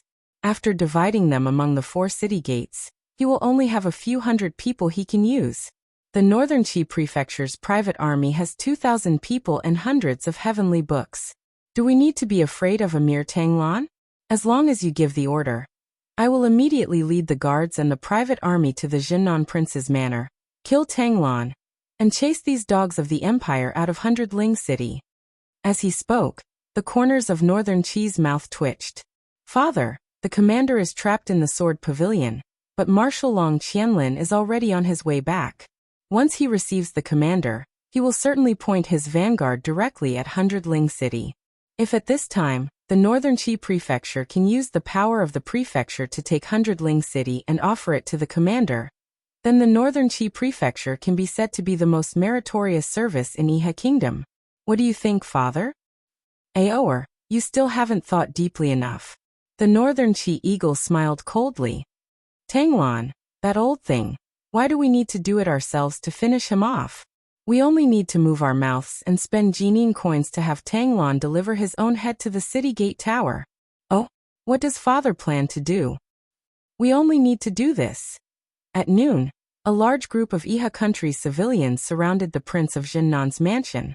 Everyone's face was filled with righteous indignation. They waved their fists and loudly cursed the soldiers who were holding shields and looking flustered in front of the mansion's gate. At the same time, they wrote a line of words in red ink with a long white cloth. The Empire's dogs have no conscience, and I will live and die with Iha country. Not only that, these thousands of people even waved their arms and shouted in unison, demanding an explanation from Tanglan. Otherwise, they would continue to cause trouble and surround the prince consort's residence, leaving Tanglan unable to advance or retreat. It wasn't until the afternoon that the gates of the palace finally opened. Tanglan walked out wearing a brocade robe with a 3-star purple flower insignia on his neck. He stared coldly at the people causing trouble outside the palace and said, All of you, quiet down. Tell me, what do you want? In the crowd, an old man walked out and said with a trembling voice, This old man greets your highness, the 7 Seas monarch. You don't have to be so courteous. Tell me. The old man nodded and said, The Iha nation has always promoted equality and benevolence. But now that the Empire has taken over our city and killed our comrades, the cruelty of the Empire's soldiers has angered both men and gods. Your Highness 7 Sea King, you have killed Yongfan and many of the people of the Iha nation. Everyone says that Empress Qin is benevolent, but now we don't see any benevolence. How are you different from beasts for committing such atrocities? Yongfan killed people privately, so he deserved to die, Tanglan said coldly. This is the territory of Iha country, so we should follow the laws of Iha country. Killing people with the heavenly book is not against the law. How dare you? Tanglan's eyes turned cold. Bailing City has been the Empire's territory for thousands of years, so we should follow the Empire's laws. A life for a life, there's no need to say anything more. The old man gritted his teeth. Your Highness, you can't distinguish between right and wrong. It's really disappointing. We are all free people of Iha country, and we are definitely not willing to be slaves of the Empire. Since your Highness is stubborn, we can only fight to the death. You. Tanglan's eyes turned cold. He spread his fingers and said, Tangbai, form an offensive formation and seal off the entrance of the imperial residence. Kill anyone who dares to block the entrance. Yes. Tangbai led a group of Tang clan soldiers and rushed forward, killing several people directly. Blood directly dyed the stairs of the imperial residence red. Many people were already scared out of their wits when they saw the corpses. However, there were a few people in the crowd who picked up bricks and smashed them randomly at the Tang clan soldiers. Tangbai was instantly enraged. He raised his steel blade and said, Kill these unruly people. Yes, everyone started a massacre. Arrows were shot randomly, and in the blink of an eye, a large number of troublemakers were killed. The eyes of the soldiers were also bloodshot. They raised their weapons and rushed out of the imperial residence, and even killed people into the streets. Murder! Murder! The Empire's dogs are going to massacre the city. Some people shouted. At this time, it was afternoon business time in the Hundred Ridge City. Countless merchants and pedestrians on the streets were so scared that their faces turned pale. Especially when they saw the Tang clan soldiers killing people in the distance, they were scared out of their wits and ran away. In the blink of an eye, the streets were already in chaos. For an entire afternoon, the news spread through the streets and alleys of the city. No one knew who spread the news that Tanglan was going to massacre the city, but almost the millions of people in the Hundred Ridge City knew that Tanglan was going to wield the butcher's knife. When night fell, the city gates were attacked again and again.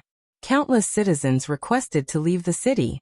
Under the situation where the guards refused to open the gates, many mercenaries and warriors of the House of Chivalry chose to attack. This night was destined to be a night of turmoil. The next morning, Tanglan didn't sleep at all.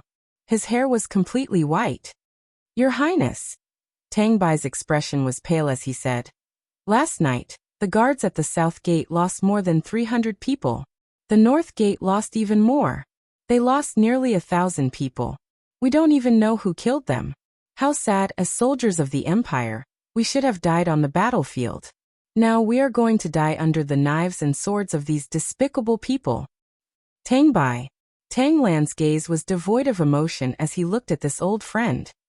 I, Tanglan, have always been skilled in scheming. Now I am going to die under the schemes of others. I cannot accept this, Tang Bai said. Your Highness, who do you think this group of people are? Who they are is no longer important. Tanglan seemed to have aged decades. Qinin wants me dead. Qini also wants me dead. Lin Muyu, Feng Jixing, Su Muyun, and the others all want to skin me and eat my flesh. Now even these wicked people of Iha country want me dead. Northern Qi, oh Northern Qi, I Tanglan have roamed the world my entire life. When have I ever been afraid of such lowly people? But now, I have to rely on others and be controlled by the Northern Qi government. Your Highness. Tang Bai's heart ached.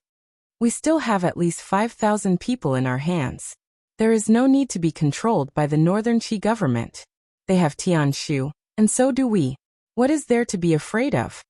Tanglan slowly shook his head. It's useless, it's useless. The blame lies solely on me, Tanglan, and not on you. Tang Bai, immediately gather your men, and bring these 5,000 people to break out of the city.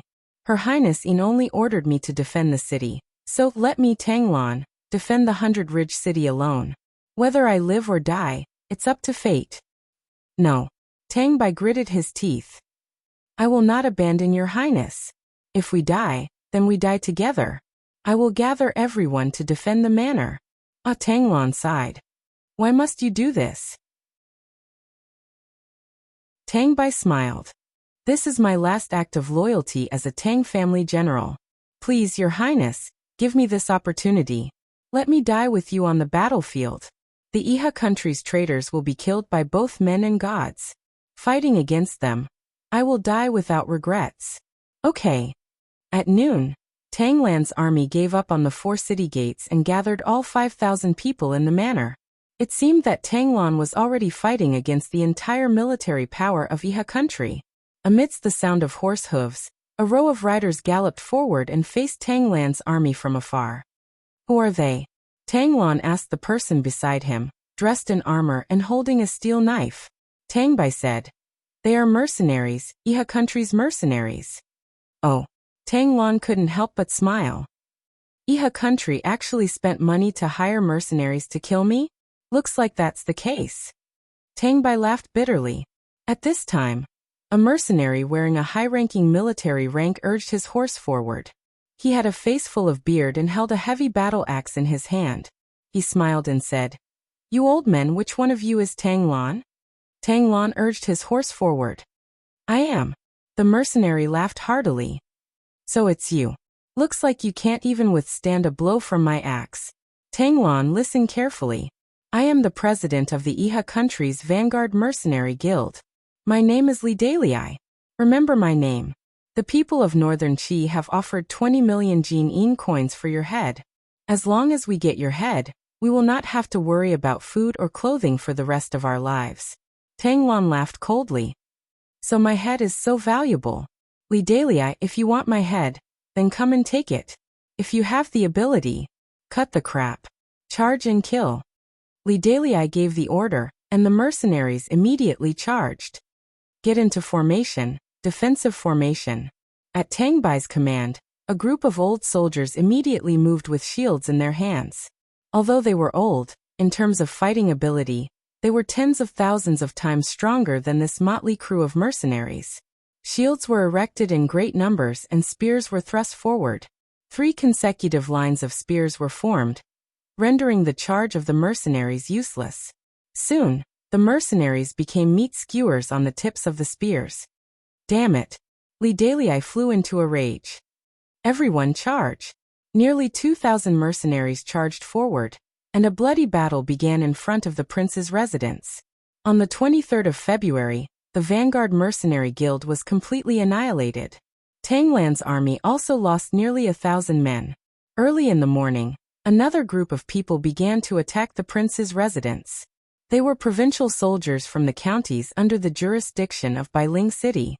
There were more than 4,000 of them, and they were well equipped. After a few volleys of arrows, they killed hundreds of Tang Lan's men. At this time, Tang Lan's army was also showing signs of fatigue.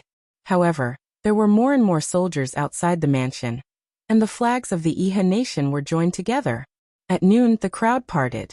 The leader of Northern Qi, Northern Qiang, walked out in a long robe.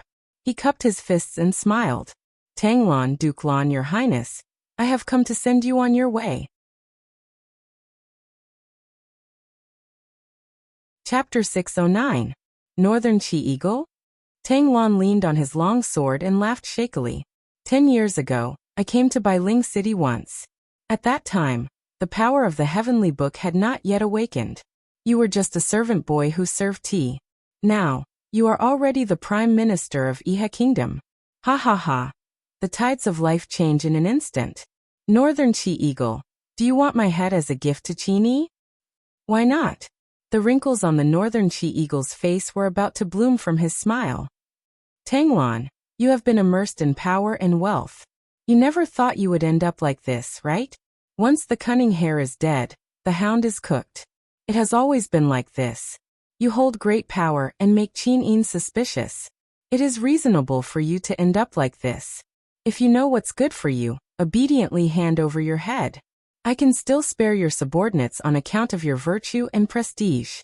Tang Lan paused and seemed to be moved. Just as he was about to speak, Tang Bai suddenly pulled the bowstring of an arrow box hidden behind a pomegranate tree leaf. Immediately, a series of steel arrows flew straight toward the Northern Qi Eagle. Father, be careful. The Northern Qi Eagle gave a low roar and suddenly swung the long sword in his hand. The power of heaven and earth surged in an instant. Endless frost formed an ice shield in front of the Northern Qi Eagle, blocking all the steel arrows. However, a number of Northern Qi private soldiers around them were shot to death. Their intestines were pierced, and they died wretchedly. Northern Qi Eagle glanced at them and couldn't help but say with an ashen face, "This group of ignorant old men. Father, there is no need to be polite to them.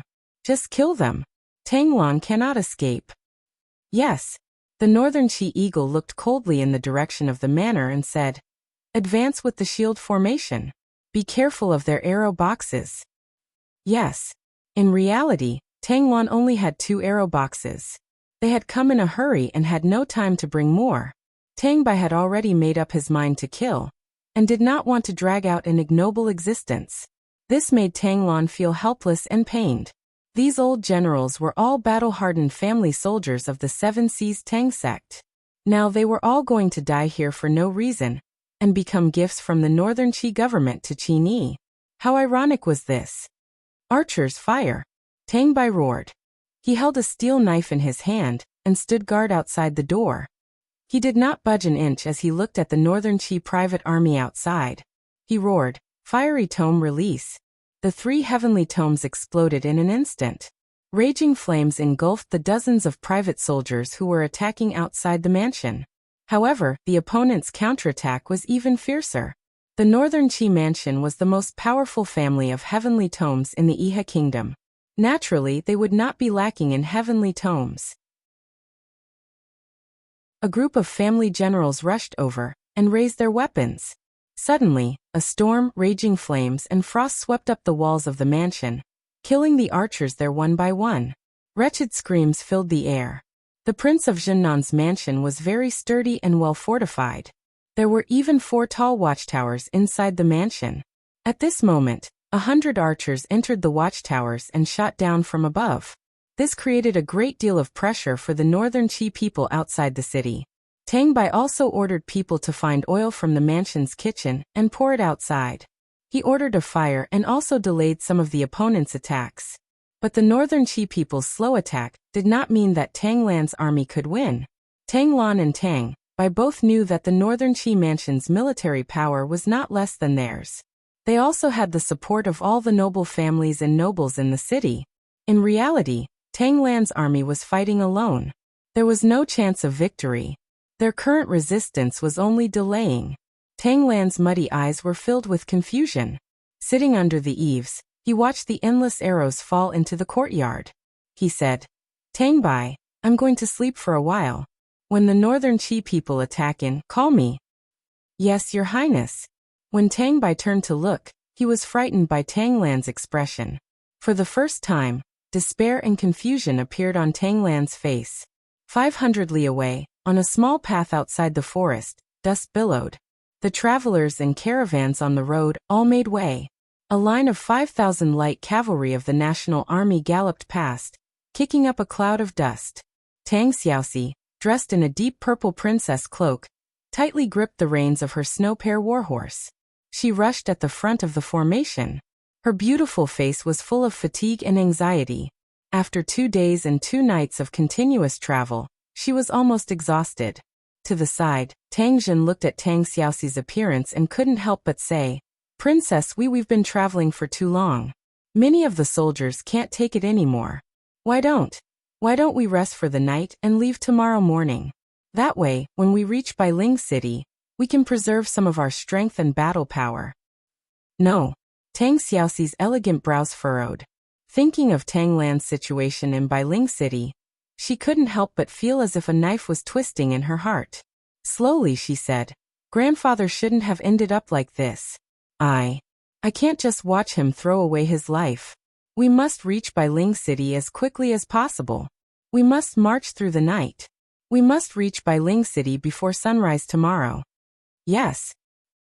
At night, the outside of the Duke of Jinnan's mansion was ablaze. The attack of the Iha country's army was even fiercer. Even many provincial soldiers from the prefectural cities had rushed over. They used the siege chariots to smash the walls of the Duke's mansion. Puff! A steel arrow shot into Tang Lan's arm. She felt a burning pain. The arrow seemed to have been dipped in poison. Tang Lan didn't care so much. She pulled out the bloody arrowhead and threw it aside. She said, "Tang Bai, how many of them are here?" "I don't know. Many." "God damn it." Tang Lan was a little helpless. She asked, "How many warhorses do we have?" "At least 2,000. It's enough. Order everyone to equip the warhorses with armor. We're going to rush out. We can't continue to sit here and wait for death. The elite soldiers of Bailing City are gone. These mobs might not be able to stop us." "Yes." Tang Bai walked forward and helped Tang Lan onto the warhorse. However, the blood on Tang Lan's arm flowed down his fingers. Tang Bai couldn't help but ask, "Your Highness, are you all right? I'll bandage it for you. We'll leave after that." "No, it's too late." Tang Lan said. "The defense of the east courtyard is weak. We'll kill our way out from there." "Yes." The sound of hooves became more concentrated. Close to 1,500 Tang sect cavalrymen charged out from the east gate. However, there were still at least 1,000 soldiers from nominal peace country outside the east courtyard. Tens of thousands of arrows were fired at the same time. The cavalrymen in the front row were killed one after another. They groaned and fell to the ground with their warhorses. It was an extremely tragic scene. Tang Lan followed the army on the warhorse. Tang Bai held a heavy shield in front of Tang Lan. He shouted in a low voice, "Charge forward. Don't hesitate. Protect His Highness." More and more people died. The Iha country's army on both sides of the road increased. Many people were shouting, "Capture Tang Lan and make him a prince.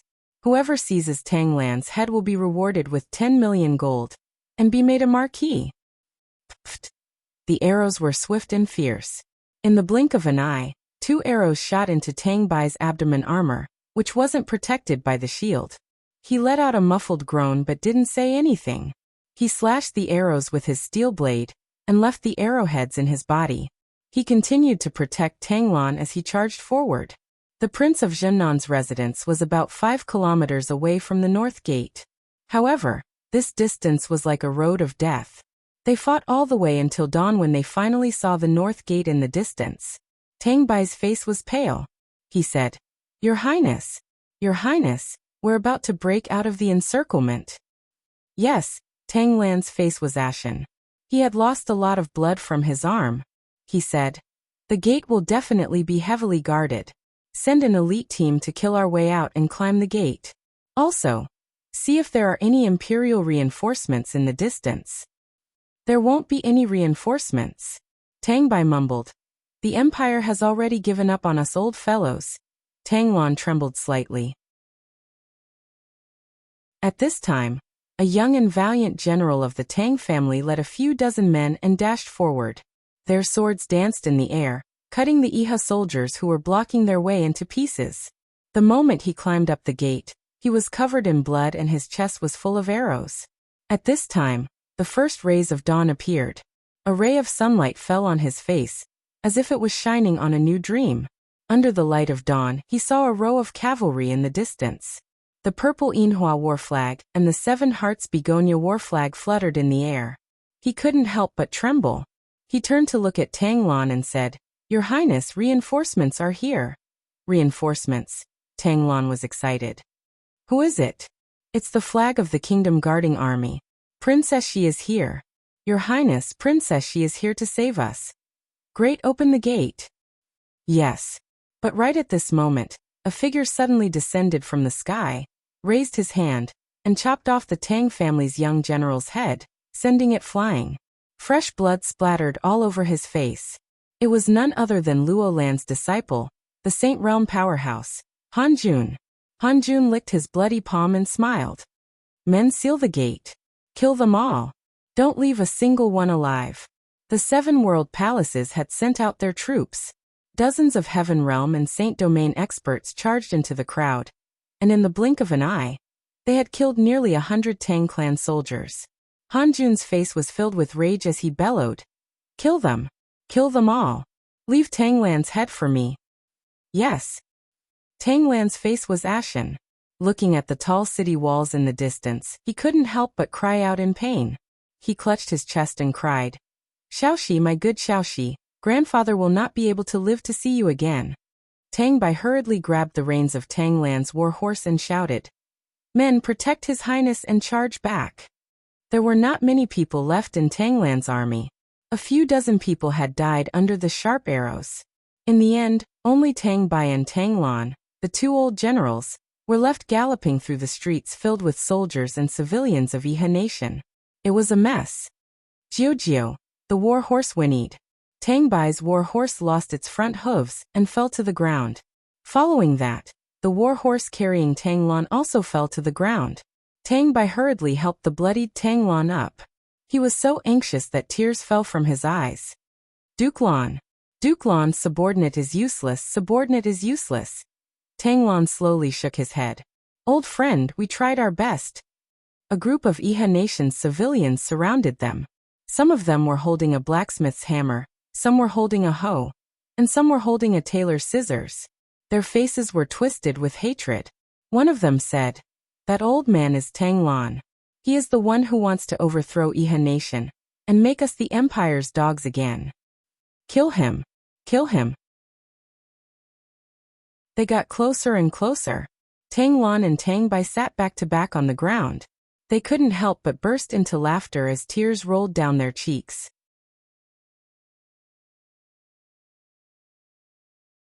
Chapter 610. Kill him. The flames of anger seemed to want to devour the two old men in front of them. The Iha commoners came closer and closer. One of them swung his hammer at Tangbai. "You're looking to die." Tangbai gathered his remaining strength and swung his sword, cutting the blacksmith in half at the waist. Blood splattered on the ground.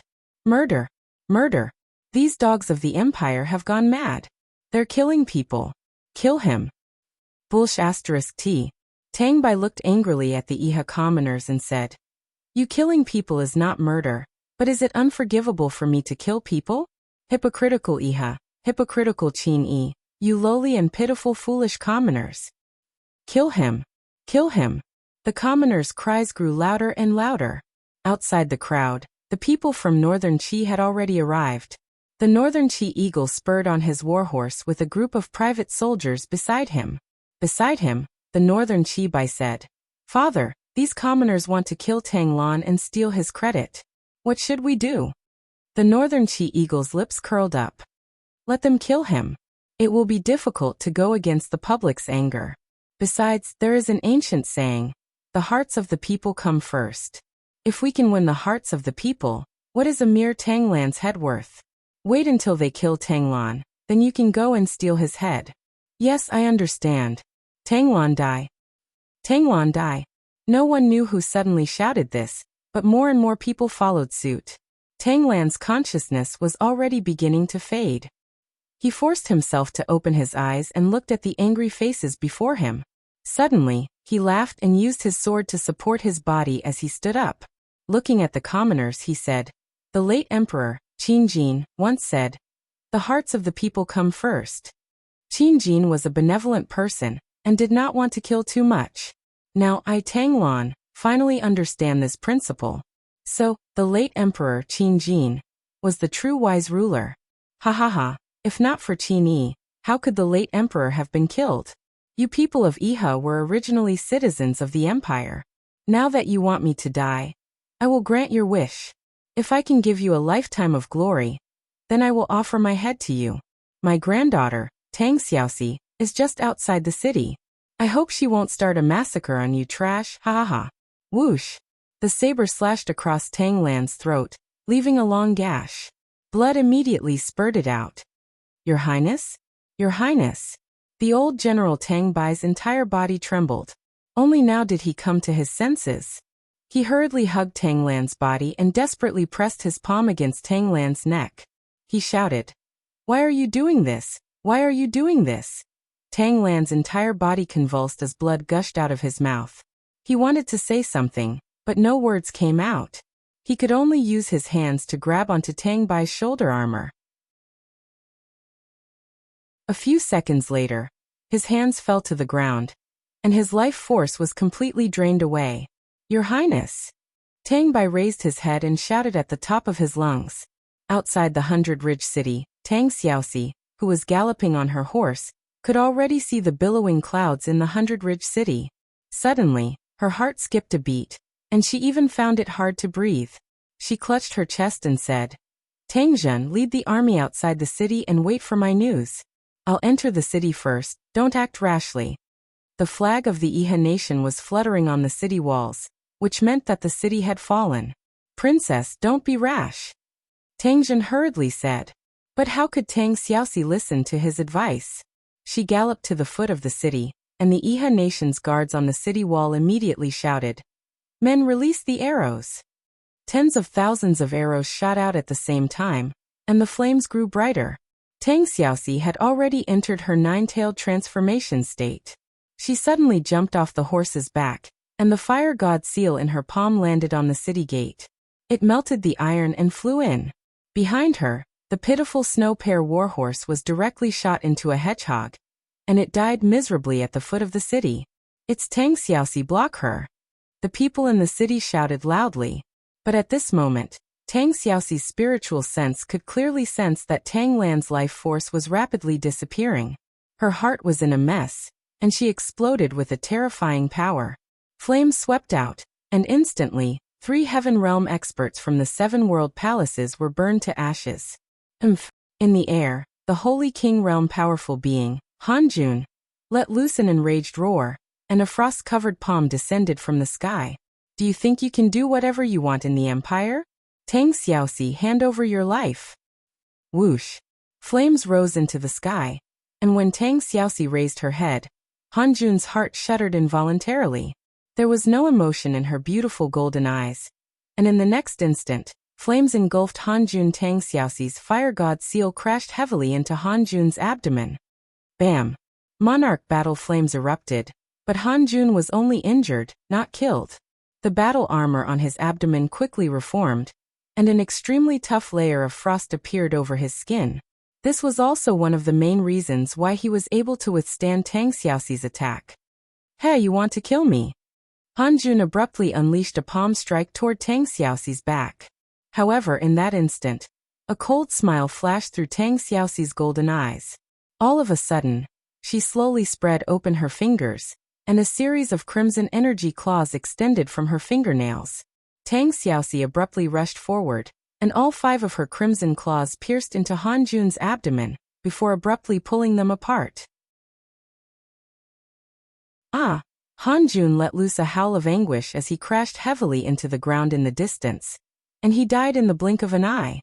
A powerful being of the Holy King realm had been defeated by Tang Xiaoxi. Grandfather! A hint of heartache flashed through Tang Xiaoxi's twisted face, and she rushed toward the crowd in the distance like a ball of flames. She abruptly burst through the crowd, only to discover Tang Lan lying on the ground, as well as a completely incapacitated tailor who was using a pair of scissors to slit his throat. Tang Bai had also died in battle. Ah!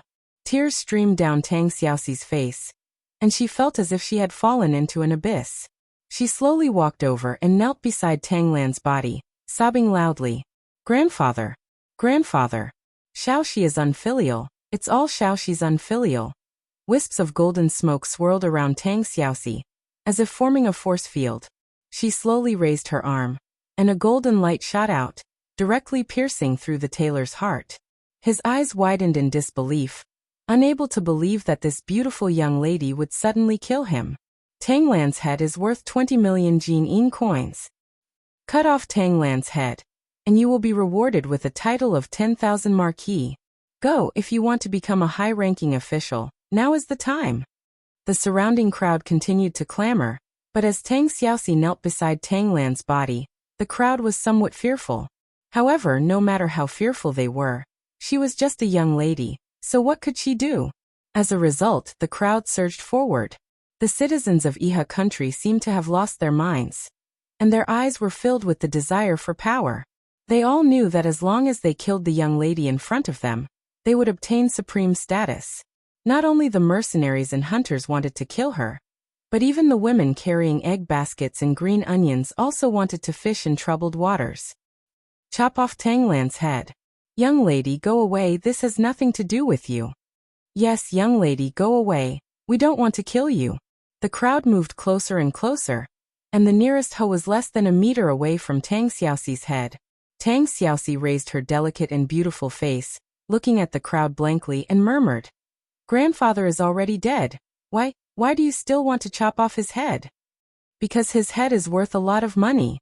Go away. Otherwise, don't blame us for making a move.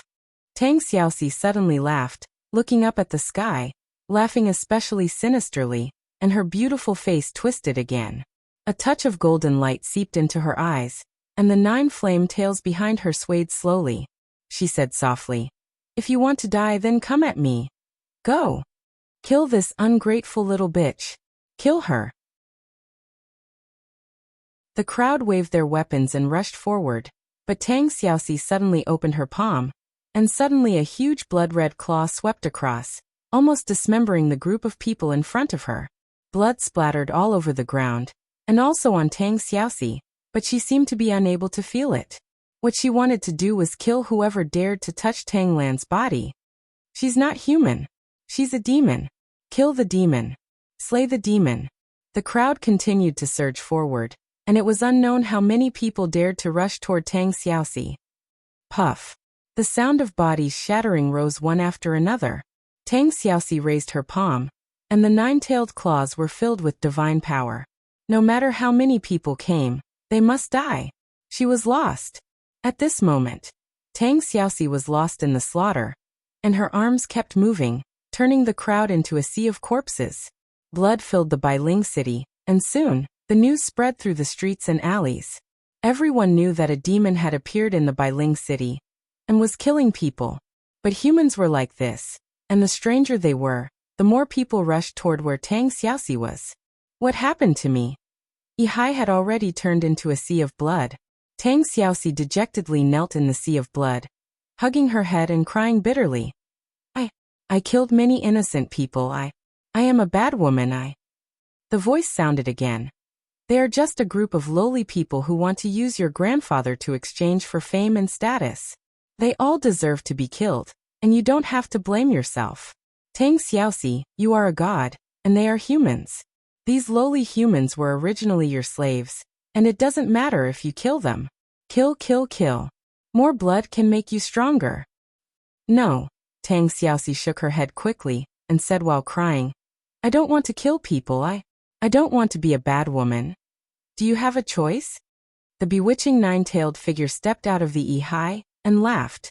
If you don't kill them, they will cut off Tang Lan's head. Do you want to see that? No, Grandpa can't be beheaded. Tang Xiaoxi cried bitterly. No. Then let's kill. Isn't that what you want? Yes, kill. Tang Xiaoxi raised her head again, and her eyes were filled with a merciless golden light. Chapter 6:11. Bailing City has fallen. The Seven Seas King has committed suicide. When he said this, Zheng Yifan's expression was very calm, as if he had already expected all of this to happen. In the tent, only Luo Xian, Wei Chou, and the others were shocked. What about Xiang Yu? Qin Yin asked. The messenger cupped his fists and said, Marquis Pingnan has already seized Sword Pavilion, but he didn't find Qin Yi. Qin Yi seems to have sneaked into the forest to the east of Sword Pavilion to escape. Is there any other news?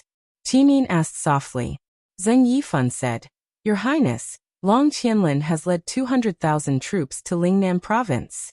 There are 3 possible routes he could choose. One is to go to Bailing City.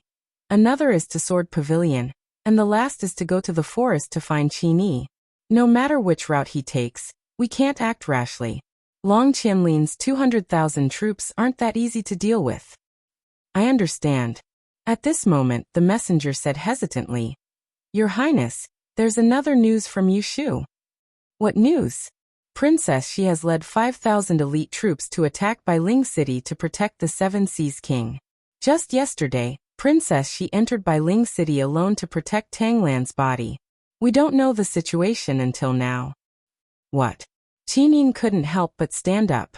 She felt a sudden pain in her chest and said, Xiao Shi saw Tang Lan? Yes. 10,000 troops. Follow me to Sword Pavilion to Bailing City.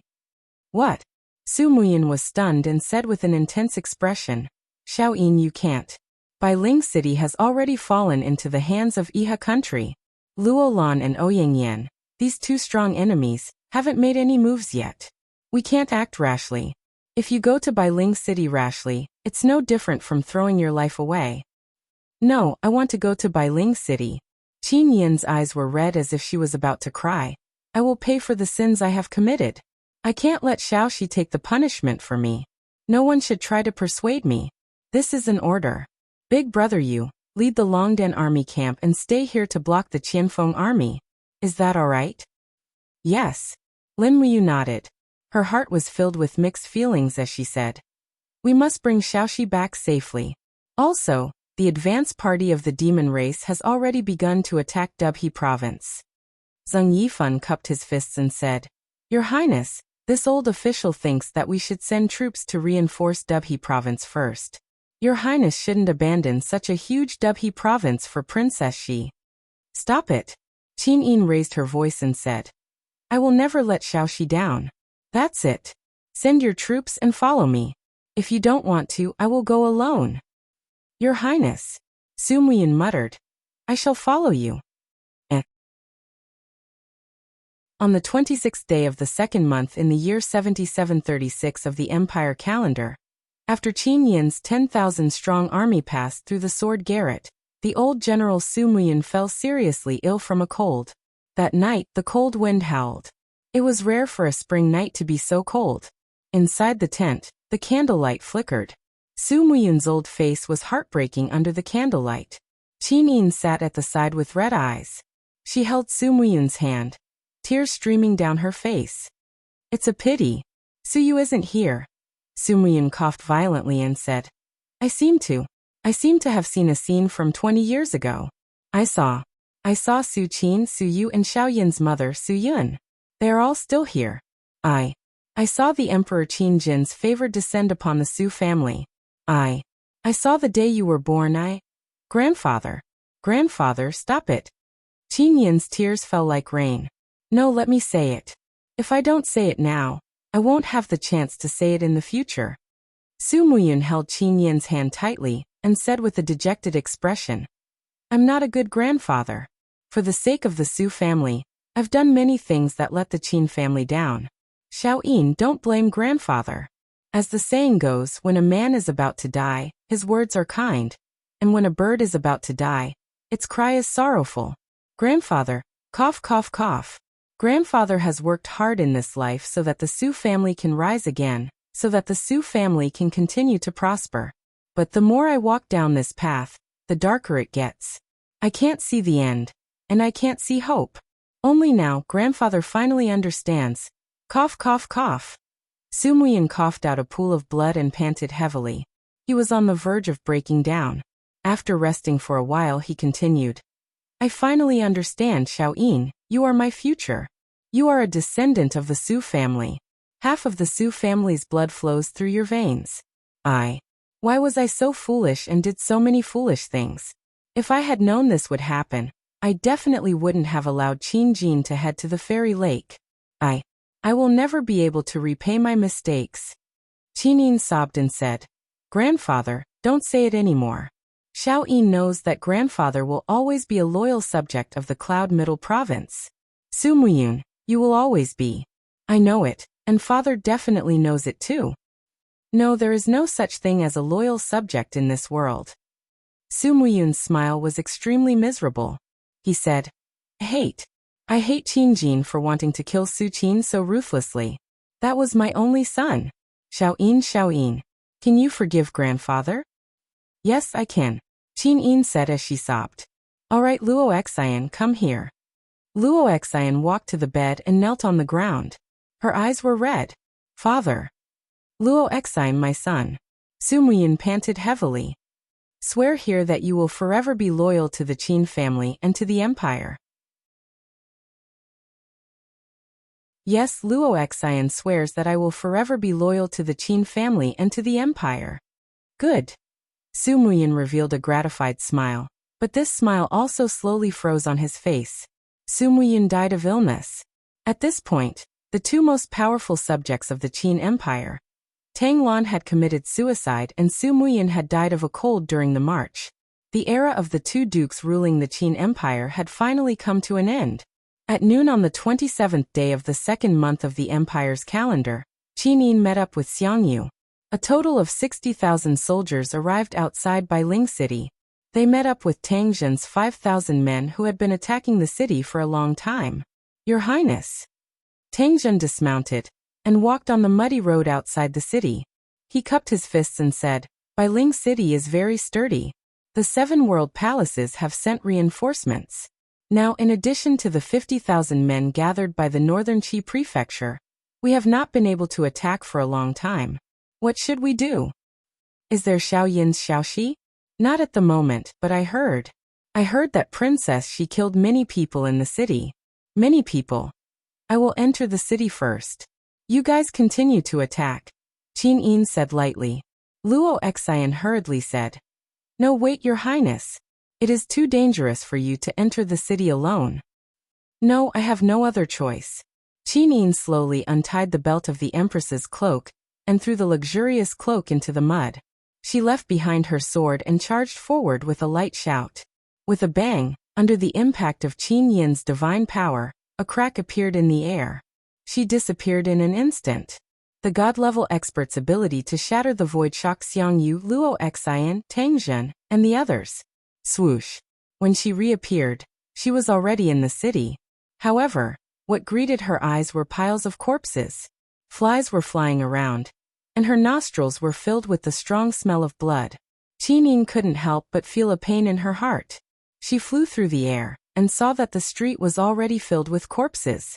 There were civilians and soldiers. Only God knew how many people Tang Xiaoxi had killed. She walked for a full 5 kilometers and saw corpses piled up everywhere.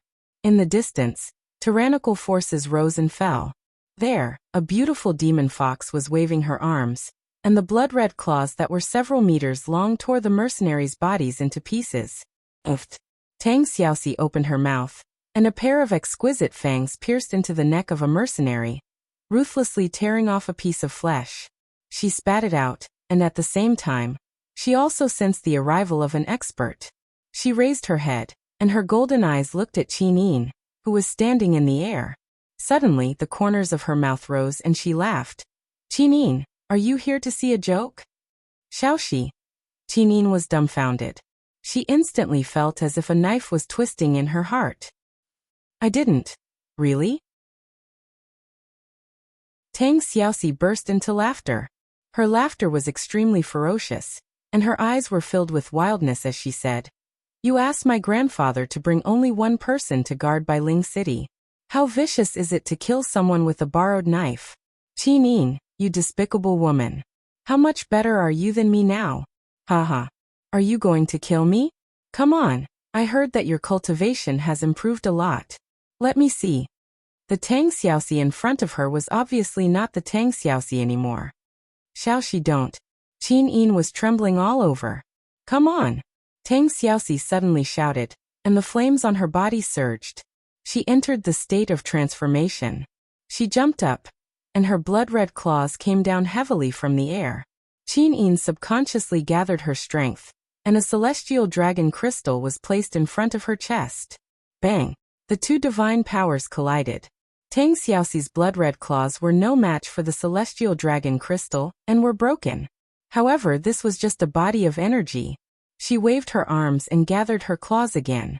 She attacked crazily. Did you see my grandfather's body? Is this what you want? Tang Xiaoxi roared. She launched the God's Seal and the God's Kill Seal at the same time. Boom boom. The two attacks were completely blocked by the protective wall of the celestial dragon crystal. Through the broken pieces of energy, Qinin looked at Tang Xiaoxi with tears in her eyes. She said, Xiaoxi, come back. Tang Xiaoxi's golden eyes were full of ruthlessness and sarcasm. She said, You used all your tricks to kill my grandfather. Do you think a bad woman like you deserves Lin Muyu? Do you? I don't deserve. Qinin burst into tears. Pfft. Tang Xiaoxi suddenly got close to Qinin. Her blood-red claws pierced through Qinin's chest. Blood flowed down her fingers. However, the protective power of the celestial dragon crystal was extremely strong. With 7 celestial dragon crystals whirling around them at the same time, Tang Xiaoxi would not be able to resist it. However, Qinin gently loosened her grip, and the celestial dragon crystals scattered. Why? Are you showing mercy to me? Tang Xiaoxi smiled ferociously. She suddenly pulled out her claws and pierced them into Qinin's chest again. She laughed and said, Can this godhead of yours protect you? Stop, little she. Sparkling and translucent tears rolled down Qinin's cheeks. She endured the immense pain and said, We promised that we would never break our promise. Little she, don't stop. It hurts so much. Tang Xiaoxi's golden eyes were full of mockery. Break, godhead. Buzz, buzz, buzz. Qinin's overgod lattice flew out of her EC and gathered between the two of them. It shone with a dazzling golden light, but it was buzzing and trembling. With the death of its master, this overgod lattice was about to self-destruct. Xiaoxi. Qinin stretched out her bloodied palm and gently caressed Tang Xiaoxi's face. Come back quickly. This is not the real you. In the future, I can no longer accompany you. You have to love him together with my love. Tang Xiaoxi said. Buzz, buzz, buzz. The godhead spun madly and shattered. The self-destruction had begun. At that moment, the golden light in Tang Xiaoxi's eyes finally dimmed. She suddenly woke up and saw her finger piercing Qinin's heart. Instantly, Tang Xiaoxi burst into tears. I. No. Xiaoyin, swoosh. Before dying, the celestial dragon crystal in Qin Yin's hand flickered and turned into a crystal pillar that protected Tang Xiaoxi. At that moment, the godhead finally exploded. Tang Xiaoxi saw a scene that she would never forget for the rest of her life. Qin Yin's body was instantly smashed by the godhead's explosion. However, the celestial dragon crystal that was formed from the last bit of her strength lingered around Tang Xiaoxi. Bang! A massive explosion rang out. The power of the over-god spark's explosion was unimaginable. In the blink of an eye, the ground was reduced to dust. And it was as if the end of the world had come. Everything was destroyed, and a blood-red abyss appeared in the ground. Lightning descended from the sky. Ah! Standing by the sand table, Lin Muyu suddenly felt a tearing pain in her heart. She couldn't help but kneel on the ground. Her eyes blurred and tears flowed down her cheeks. The second volume, Fireworks, ended. Riches and glory in life are like fireworks, fleeting clouds and smoke. Qin Yin died for Tang Xiaoxi. No one knows if it was worth it or not. We are the same. After experiencing it, we feel that it was wrong. However, some mistakes are the most beautiful memories. At the most wrong time, we always meet the right person. There is no need to hate. All we can do is be grateful and look forward to the future. Next, I will enter the third volume. 3 Kings Rule the World. I hope everyone likes the spiritual cultivation realm. This is a novel written by Yi Zihua with great effort.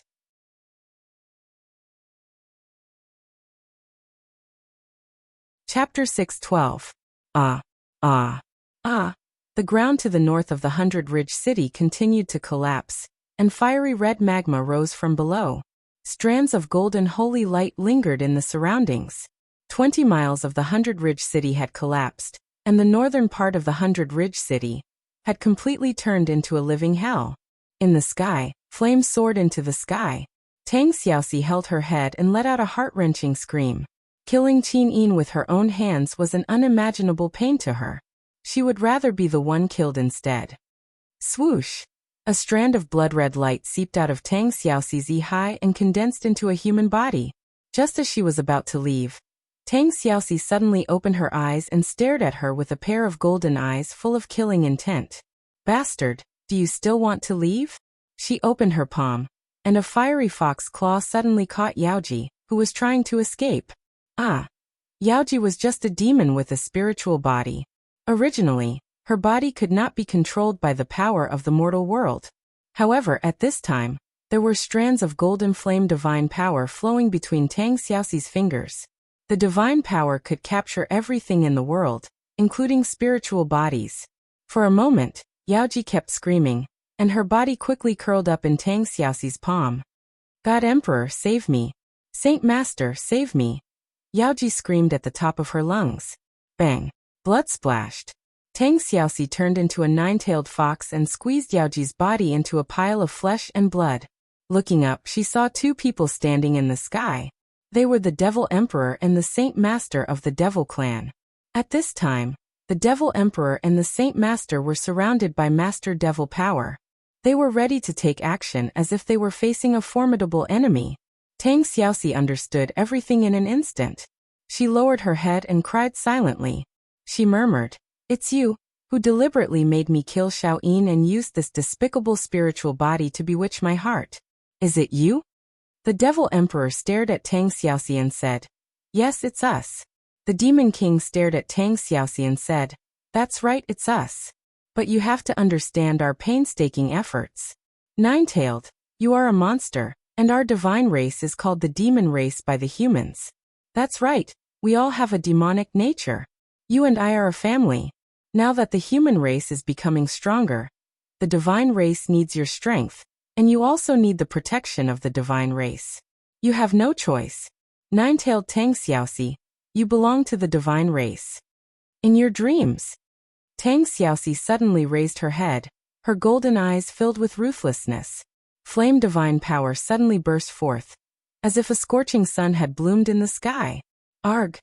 The Devil Emperor and the Saint Master were directly impacted by the divine power. They let out miserable cries.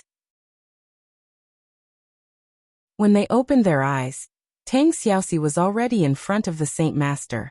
Her sharp claws swept across. Swoosh, swoosh, swoosh. Demonic shadows flew past and condensed in the palm of the Saint Master. It was like a blood-red demonic plate. He shouted angrily. 5 demons combination wheel of blood. Bang! The sharp claws of the 9 tails pierced through the wheel of blood and stabbed into the abdomen of the Saint Master. At the same time, the armor of the wheel of blood twisted one of Tang Xiaoxi's arms into a bloody mess. She was going all out. Your Majesty! The Saint Master howled miserably. He covered his abdomen and retreated in the air. He shouted, She's crazy. Quick! Stop her! The Devil Emperor stood high in the sky. He put his palms together. Demonic seals revolved around his palms. He shouted, Demonic binding seal. The blood-red demonic binding seal revolved around Tang Xiaoxi. It tightened inch by inch, making it impossible for her to move. These demonic binding seals were crystallized from divine power. Tang Xiaoxi's 9-tailed avatar was suddenly very strong. However, the Devil Emperor and the Saint Master working together was even stronger. Arg! Tang Xiaoxi roared crazily. The divine power of fire turned into sharp arrows that shot in all directions. The Saint Master and the Devil Emperor were instantly injured. The Tang Xiaoxi in front of them was like a beautiful beast that had gone mad. If they wanted to capture her, they would have to pay the price in blood.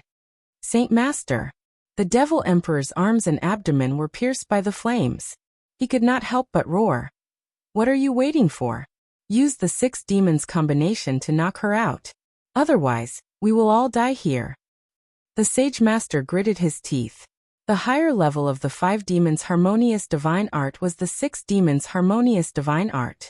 However, every time he used the 6 demons' harmonious divine art, his lifespan would be reduced by 20%. Although gods were immortal, lifespan represented power. The price to pay was that every time he used the 6 demons' harmonious divine art, his cultivation would be greatly reduced. Come on! The Saint Master roared crazily. Countless demonic shadows flew out of his body and gathered in his palms. He brazenly attacked Tang Xiaoxi's back. Bang! Poor Tang Xiaoxi's back was splattered with blood. The back of her head was instantly hit by the Saint Master's palm. Suddenly, her eye was blurred, and she slowly fell into a deep sleep. Perhaps, Tang Xiaoxi did not want to struggle. She would rather sleep and never wake up. She would never have to face the cruel fact that she had killed Qin Yin. Jie. The Saint Master panted fiercely. Because he had used too much demonic power, 2 fangs grew out of his mouth. He looked back at the Nephilim Emperor coldly and said, Your Majesty, your subordinate is done. The Nephilim Emperor raised his palm gently, and a space crack opened behind him. He glanced at Tang Xiaoxi and said, Which Tang Xiaoxi? You are the queen of the Protoss. Now come home with us. The light flashed and disappeared as if nothing had happened. 20 miles away, the armies of Xiang Yu, Luo Xian, and Tang Zhen were in a mess. Even after retreating for 10 miles, they could not completely avoid this catastrophe. Nearly 10,000 soldiers died in the blood-red abyss, but no one knew what happened.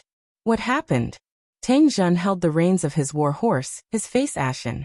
Luo Xian trembled all over, her face full of pain, and said, Her Highness Yin, her aura disappeared. How is this possible? Tang Zhen said in a low voice, Didn't Her Highness step into the divine state? How is this possible?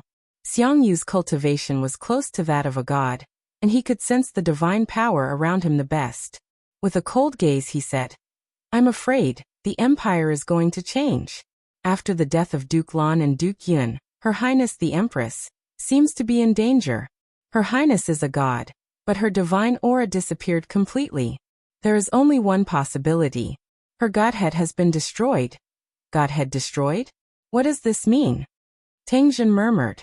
Luo Xian clenched her fist in pain and said, Her Highness Yin is dead. Ah. Tang Zhen's nose turned sour, and tears almost fell from his eyes. What should we do? What should we do now? Princess Shi. Where is Princess Shi? Princess Shi's aura disappeared too. I'm afraid. Xiang Yu looked into the distance with a deep gaze. I think you all saw it too. It was Princess Shi who killed Her Highness. She killed the empress. Impossible. This is impossible. Tang Zhen shook his head repeatedly, and suddenly fell from his war horse to the ground. Luo Xian held her spear and said, "For now, we must control this news. No one can leak it out. Her Highness is not dead. Otherwise, the world will be in chaos." Xiang Yu nodded. "That's right. The feudal lords have long been restless. If this news gets out, I'm afraid the world will really be in chaos." Luo Xian said, "I'll write a letter to Lin Muyu to inform him of this news." Yes, a cold wind blew past, and everyone's heart was chilled. 7 Customs House. Banquet. Feng Jixing entered the banquet hall, with only a wind cutter, and a few dozen imperial guards. He knew that this banquet wouldn't be peaceful, and it was destined to be. "General Feng, it's been a long time." Tang Lu led Tang Su and the other Tang generals over. The burn on his face had healed a lot, and he cupped his fists with a smile. "I didn't expect General Feng to grace the 7 seas with your presence. It's really flattering." Feng Jixing smiled faintly. "Young Lord Tang Lu, have you received the news? Duke Lan has already committed suicide in Hundred Ridge City, and Tang Xiaoxi has also entered Hundred Ridge City. Her fate is unknown." Tang Lu's face was actually full of calmness as he nodded. "I understand. Duke Lan was killed by the traitors of the Iha nation, but young lord is stationed here. What is the meaning of this? Why don't you follow me to Lingnan and recover the lost land of the empire?" "Is that so?" Tang Lu couldn't help but sneer. "Feng Jixing, your words are so convincing, but do you know why my grandfather died? Wasn't it because your empress, Qinin, exhausted all her schemes and sent my grandfather to his death? My grandfather died in the hands of the empire, not the Iha nation." Men closed the door. Clang! The iron door suddenly closed, and layers of iron chains locked the iron door bolt. Tang Lu tilted his head and looked at Feng Jixing. He smiled. "Grandfather's death will be exchanged for the Tang clan's achievements. Feng Jixing, you still don't know that death is at hand? Is that so?" Feng Jixing laughed loudly. "Young Lord Tang Lu, if you say it like this, then I, Feng Jixing, will not be ashamed to face Princess Shi no matter what I do." Clang! The wind cutter was already unsheathed. Feng Jixing's figure flashed like the wind, and the long blade left a bloody mark on Tang Lu's neck. In the next moment, Tang Lu's head flew off. Pfff, blood splattered, and everyone was stunned. No one expected that Feng Jixing would actually dare to make a move in the hall alone. "Feng Jixing, you." Just as Tang Su was about to speak, Feng Jixing's wind cutter had already slashed over with the king's fighting flame. Tang Su hastily pulled out his longsword to parry, but the disparity in strength was too great. Feng Jixing bellowed, and the wind cutter slashed out a storm. It directly minced Tang Su's body into pieces along with the bodies of the few generals behind him. Stepping on the stone floor, Feng Jixing leaped up. He stepped on the mysterious power of the law of wind, and walked step by step toward the host's seat. Turning around to look at the group of Tang clan's generals who were at daggers drawn, Feng Jixing shook his palm, and the imperial edict glowed. He said, "Empress Qinin has decreed that all the generals in the 7 Seas province must listen to me, Feng Jixing, or they will be killed without mercy. You can choose to be loyal to the Tang clan, but the result will be the execution of your entire clan. Now those who are willing to listen to me, Feng Jixing, step back. Those who want to be loyal to Tang Lu, attack." Everyone was dumbstruck. After a long time. Kill. After the time it took for an incense stick to burn, the door to the banquet hall opened with a creak. Feng Jixing's white robe was stained with blood. His wind cutter slowly dragged along the floor. Behind him, the grayish-brown carpet was already stained with blood. A group of Tang clan's generals were lying on the floor in disorder. They had already turned into corpses, and the remaining people followed Feng Jixing out with a respectful expression. Lightly waving his arm, Feng Jixing said indifferently, "Everyone listen to my orders. The tiger amulets of the generals I killed will be distributed to all of you. From today onwards, all of you are Her Highness the Empress's men. All of you are important generals of the empire. Tomorrow morning, the army will come out and attack Iha nation. Yes, General Feng."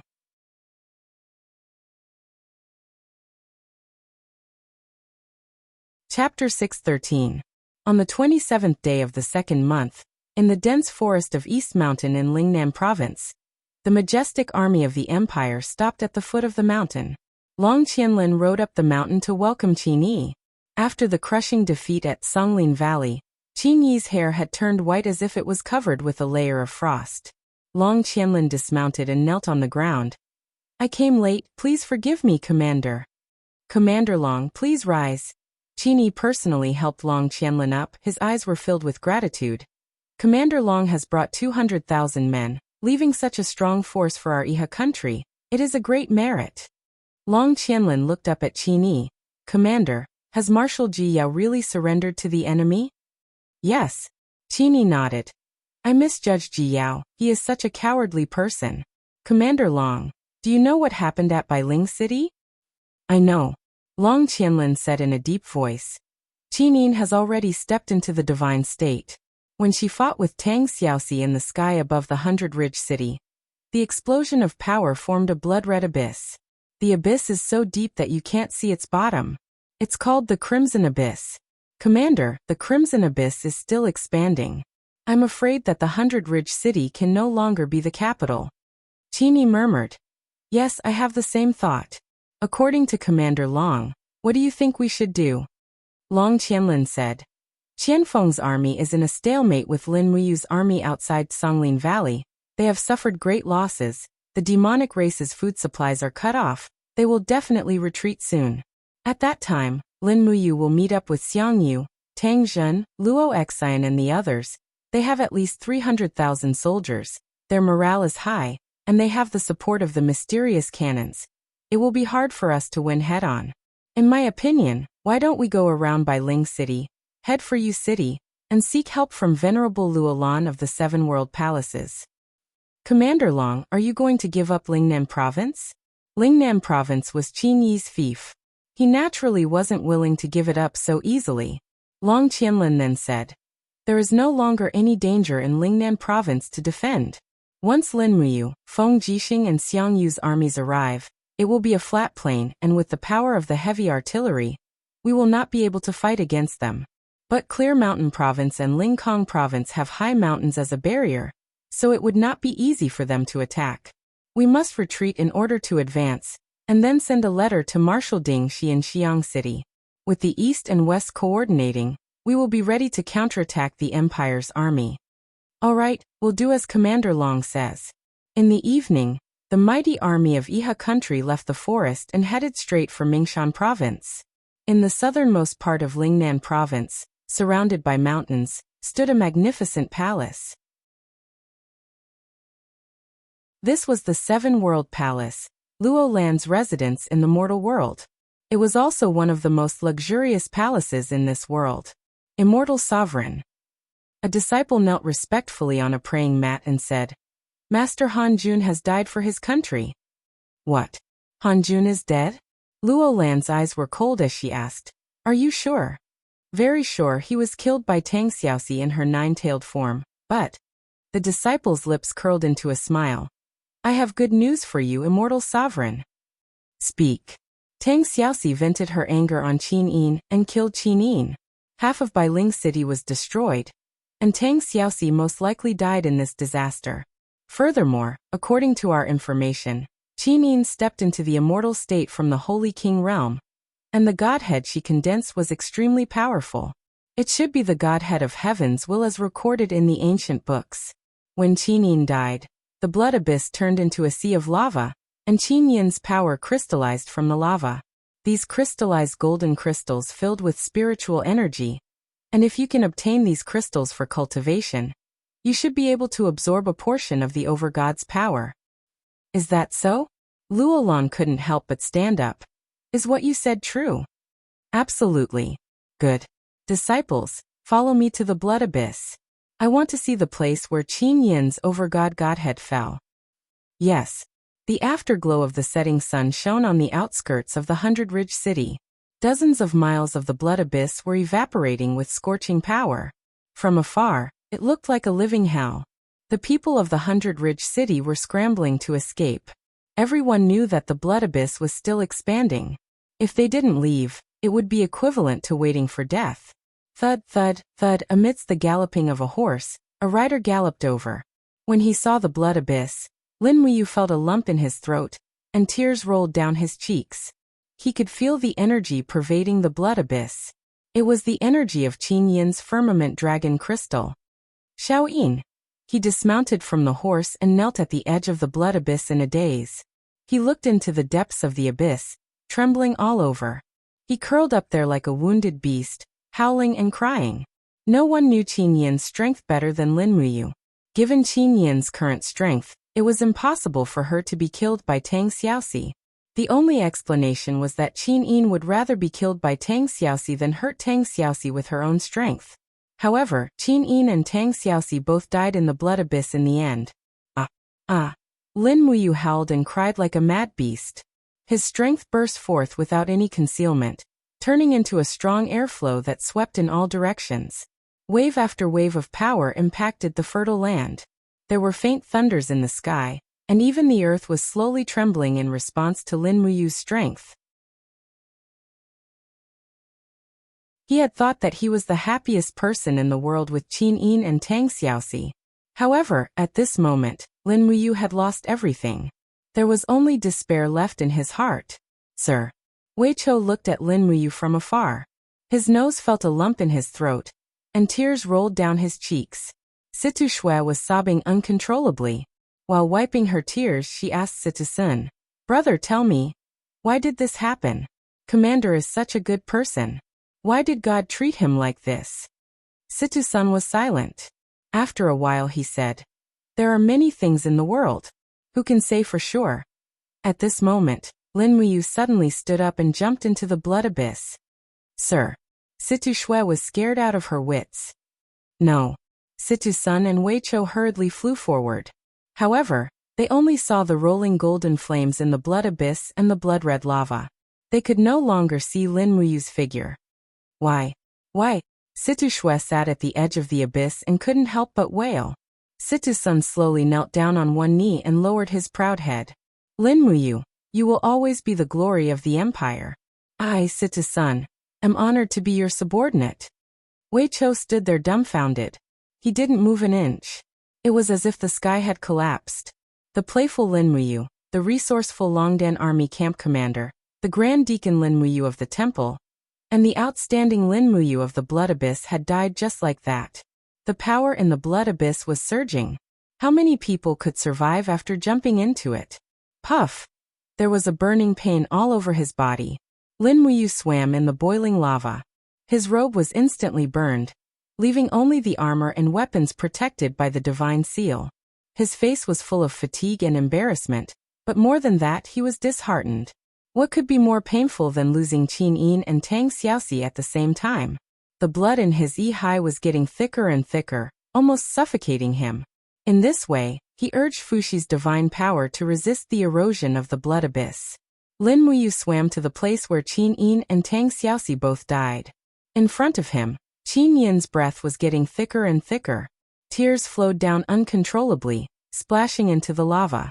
With a puff, they instantly evaporated, bringing with them an astringent air current that assaulted her eyes. When Lin Muyu arrived there, he saw a black rock standing up from the blood abyss. Around it, there was a golden luster. That should be the essence of Qin Yin's godhead, right? Xiaoyin. Lin Muyu stretched out his palm, wanting to hold it, but the essence of the godhead instantly shattered into nothingness, turning into rays of golden light and disappearing into the air. Xiaoyin. Lin Muyu knelt on the rock, holding the star's sword with one hand. He pierced the blade into the rock to support his body. Soon, the dust in the blood abyss continued to fall, fusing with the rock. Lin Muyu's legs slowly petrified, becoming a part of the rock. He actually chose to petrify himself. Lin Muyu's yi was in a complete mess. She looked into the sky and let out a heart-wrenching roar. 7 Brilliance Demon Monarch. Big brother. Did you see that? Help me, help me. Outside the myriad worlds and stars, the 7 luminaries Demon Emperor stood at the edge of the palace in a daze, watching the scene in the Heaven Lake illusory ocean. His eyes reddened and tears almost fell. He clenched his fists and muttered, Silly boy, why are you so stubborn? At the side, a beautiful divine-level expert dressed in a long dress said softly, Demon Emperor. You is your brother. Since you care so much about him, why don't you help him? It's not that I don't want to help, but I can't. The 7 luminaries Demon Emperor sighed and said, there is a cycle of reincarnation in life and death. Even gods will die. Moreover, Qin is a god with a god's mandate. Once her god's mandate perishes, she can only escape into reincarnation. No one can save her. Sigh, then what should we do? This is Yu's destiny, his tribulation, his Tao. If you can see through this tribulation and prove his Tao, he will naturally be able to see through everything. Unfortunately, this silly boy. Xiao, I can't do anything about this. You should pay more attention. If it's possible, go to the mortal world and help me persuade this boy. You have the god's mandate of life. Maybe you can help him. The corner of Xiao's mouth curled up slightly and she said with a faint smile, Demon Emperor, you said it yourself. This is his Tao. Only he can see through it. Sigh. The 7 luminaries Demon Emperor sighed and turned to leave. Xiao smiled and looked at the scene in the mortal world. She said, Yu Qin Yin's soul should have been destroyed. I can only help you up to this point. Don't give up. 3 days passed in the blink of an eye. In the crimson abyss, Lin Muyu was covered in dust. He knelt there like a stone statue, holding the stellar sword that had lost its luster. Everything below his chest had become one with the rock. Whoosh! The wind in the air moved and an old figure appeared. It was Qin Han. Looking at Lin Muyu's current state, Qin Han's heart ached. He said softly, You my child, why do you have to torture yourself like this? Lin Muyu knelt on the ground in silence, not saying a word. Qin Han landed on the ground like an immortal and stood in front of him. He said everything in the world has its karma. I know you love Xiaoyin deeply, but it's time to let go of everything. You and Xiaoyin met and knew each other in Lanyan City. This is fate. Xiaoyin was willing to fall in the crimson abyss. This is fate. Xiaoyin can let go. Why do you have to be so obsessed? At this time, Lin Muyu finally raised her head and looked at Qin Han. She said softly, It's not my obsession. It's just that in life, if one doesn't pursue the person they love, then what's the point of living?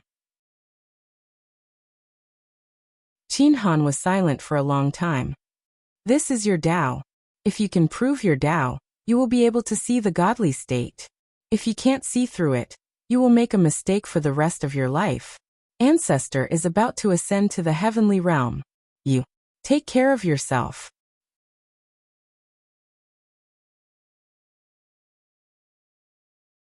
Chapter 6:14. On the 15th day of the 3rd month, the scorching temperature of the crimson abyss finally began to cool down slowly. However, there was still a cloud of smoke rising into the sky. Within the cloud of smoke, beams of golden energy slowly gathered and flew towards Lin Muyu's body, as if they were being summoned. They played on his legs, abdomen, and the rocks on the surface of his body. He was still in the state of slow petrification. At this moment, Lin Muyu had almost given up on all cultivation. He only wanted to try his best to collect everything that Qin Yin had left behind in the crimson abyss. However, Lin Muyu could only collect the fragments of the celestial dragon crystal. What made him feel that something terrible had finally happened? In the crimson abyss, Qin Yin's aura became fainter and fainter as time passed, to the extent that he almost couldn't catch it anymore. Rustle, rustle.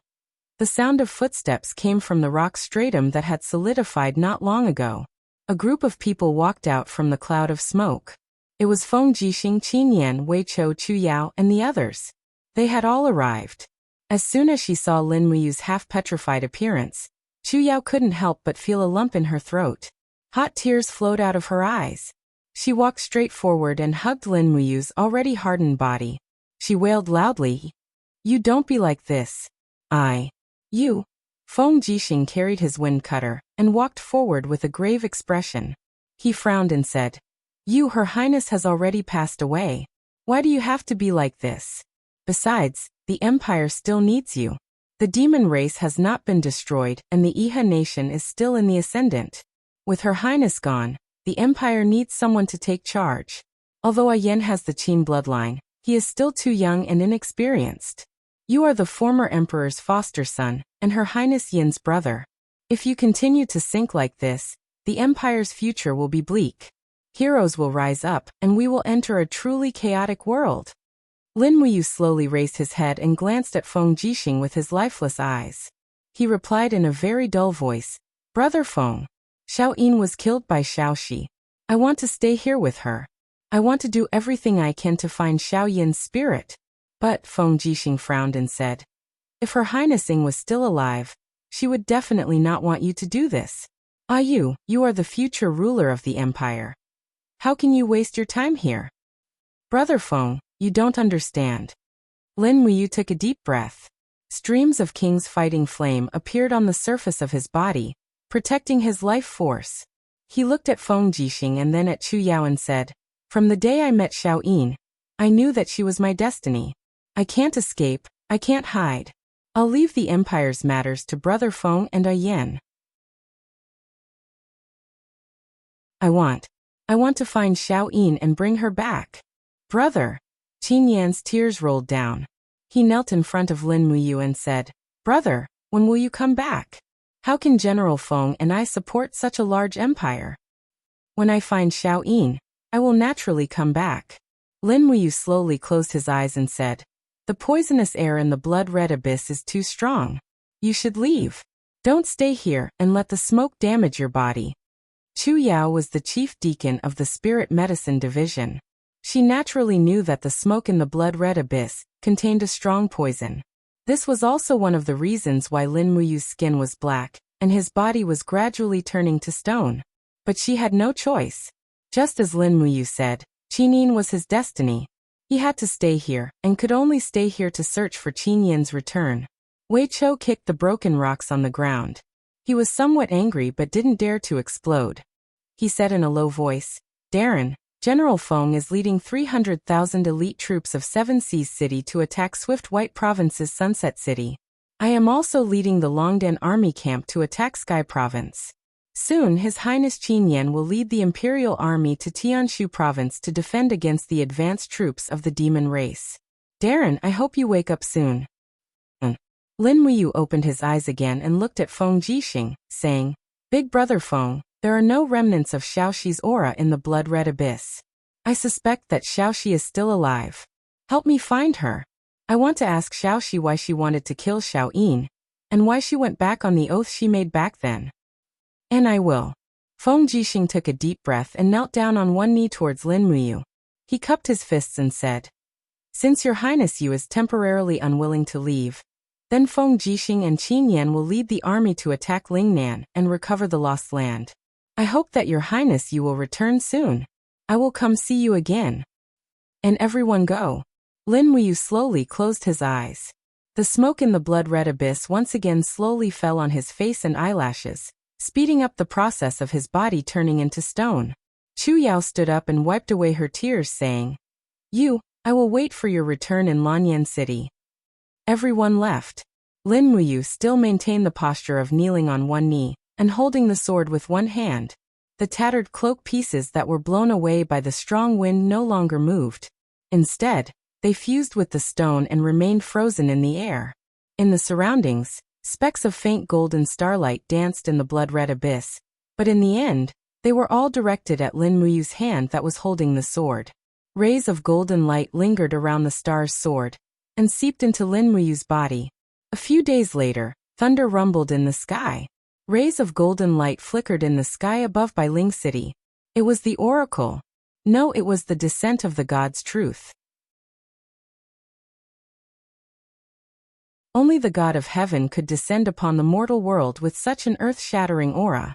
The dark night sky was brightly illuminated. The smoke in the blood-red abyss was poisonous, so by Ling City had almost become a wasteland. People left their homeland one after another, but there were still some scavengers looking at the sky in the middle of the night. They were dumbfounded. They had never seen such a spectacle in their entire lives. A beautiful figure stepped on the clouds and arrived above the blood-red abyss step by step. It was a beautiful fairy. Her face was exquisite and flawless.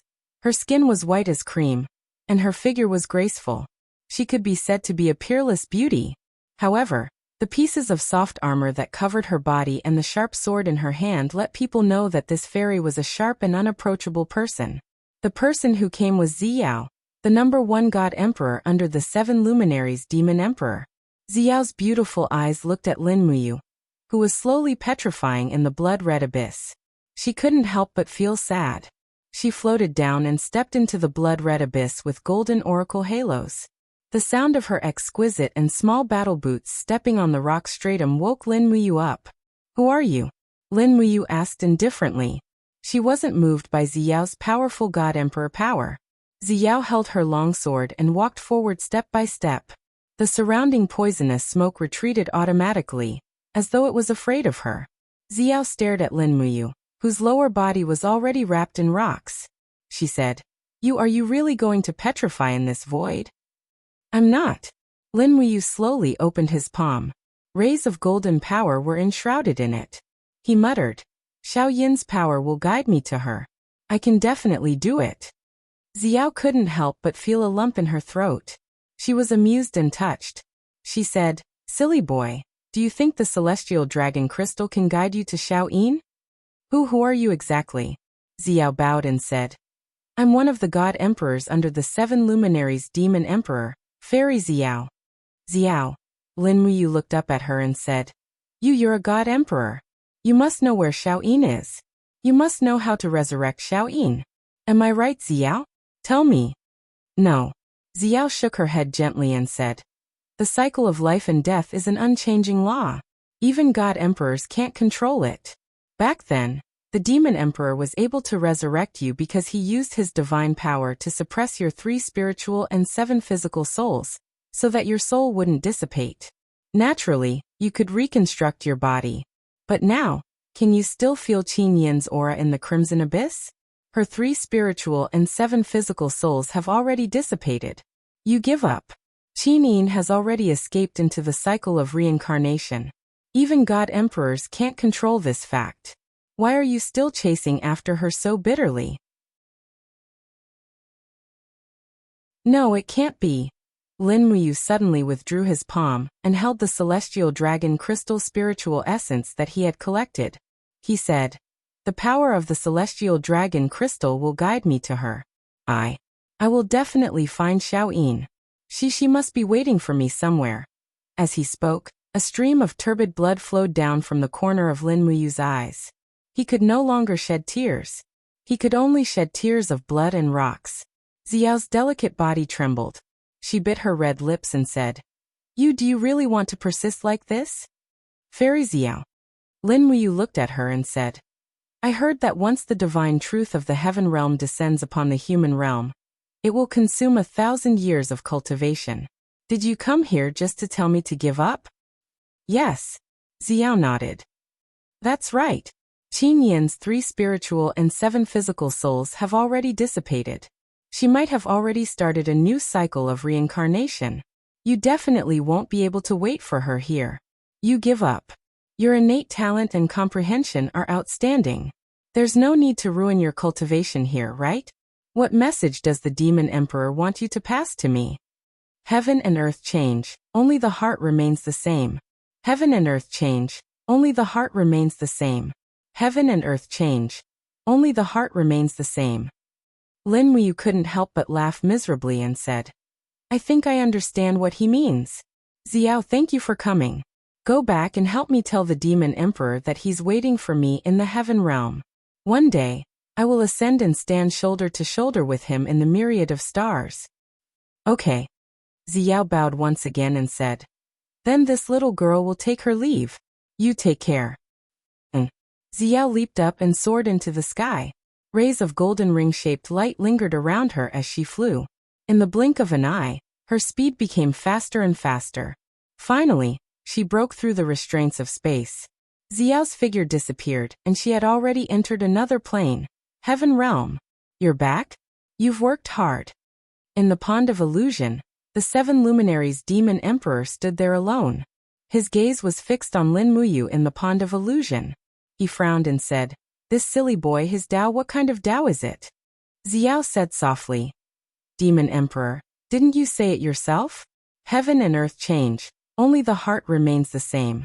I think this sentence is most suitable for Lin Muyu. Heaven and earth change. A lifetime of glory and splendor. Even the great Dao Xiaoyao can't move his heart. Such a person is worthy to be your brother, Demon Emperor. Ha ha ha ha, that's right, that's right. The 7 luminaries Demon Emperor clenched his fists and said, Then, I'll wait for him in the heaven realm to stand shoulder to shoulder with me.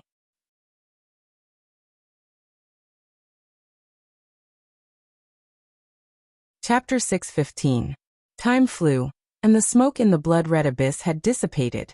The lava had turned into rocks, and the surface temperature had gradually returned to normal. Only the smoke rising from the fiery holes in the rock layer reminded people that this was the blood-red abyss, the abyss that had destroyed the entire Hundred Ridge city. There were many legends about what had happened in the blood-red abyss. Some said that the empire's empress, Qin Yin, and the princess Tang Xiaoxi were buried in the blood-red abyss. Some also said that Qin Yin had not died, but had ascended to the heaven realm. At least this was what Feng Jixing, Qin Yan and the others said. Otherwise, once the news of Qin Yin's death spread, the world would definitely be in chaos. However, there were also people who said that a peerless expert was sealed in the blood-red abyss, a young expert who had changed the history of the entire continent. His name was Lin Muyu. However, no one could find where Lin Muyu was. The only place that could be found was in the center of the blood-red abyss, where there was a 100-meter-tall rocky mountain. Some people said that Lin Muyu had sealed himself in the rocky mountain. He was waiting for the return of his true love. However, these seemed to be just legends. Many of them were fabricated by busybodies to be used as a topic for people to talk about after meals. Smoke and clouds lingered, and the majestic rocky mountain stood in the blood-red abyss like a spectacle. No one could understand why the dust in the blood-red abyss would gather together and form a mountain. In the depths of the rocky mountain, a young figure was still kneeling on one knee. In his hand was a starry sharp sword that had lost its original luster. In the blink of an eye, half a year had passed, and Lin Muyu seemed to have truly become a part of the mountain. On the 7th day of the 7th month in the year 7736 of the Empire calendar, Feng Jixing took drastic measures and surrounded Sunset City. He then took over the granaries of the dozens of counties south of Sunset City. After surrounding Sunset City for 4 months, Dingxi was finally defeated due to a lack of rations. Nearly half of the 300,000 soldiers defending Sunset City were killed. Dingxi led the rest of his troops out of the Swift White Province and headed for the southernmost Bright Mountain Province of the Shattered Cauldron Realm continent. In the same month, Wei Qiu led the Genshin Battalion to attack Linкong Province. Xiang Yu mobilized his troops from Hundred Ridge City, and the Imperial Army recovered Lingnan Province, Linкong Province and Swift White Province of the Iha Kingdom, taking 70% of the Iha Kingdom's land. Ding Shi and Long Qianlin retreated step by step with their 200,000 soldiers. The empire was too powerful. The empire was too powerful. The empire was too powerful. They retreated to defend Mingshan Province, and relied on Shangyang City to fight with the empire. On the 12th of August, the empire's army gathered on the plains to the north of Mingshan Province. The grand army of 600,000 was astonishing. Under the scorching sun, the army advanced slowly, bypassing a chain of mountain peaks. The sacred peak was where Luolan's 7 world palaces were located. The sacred peak was shrouded in mist, and it looked like a celestial abode. Wei Qiu looked in the direction of the 7 world palaces and said coldly, "That old dog Luolan helped the Iha kingdom conquer Lanyan City.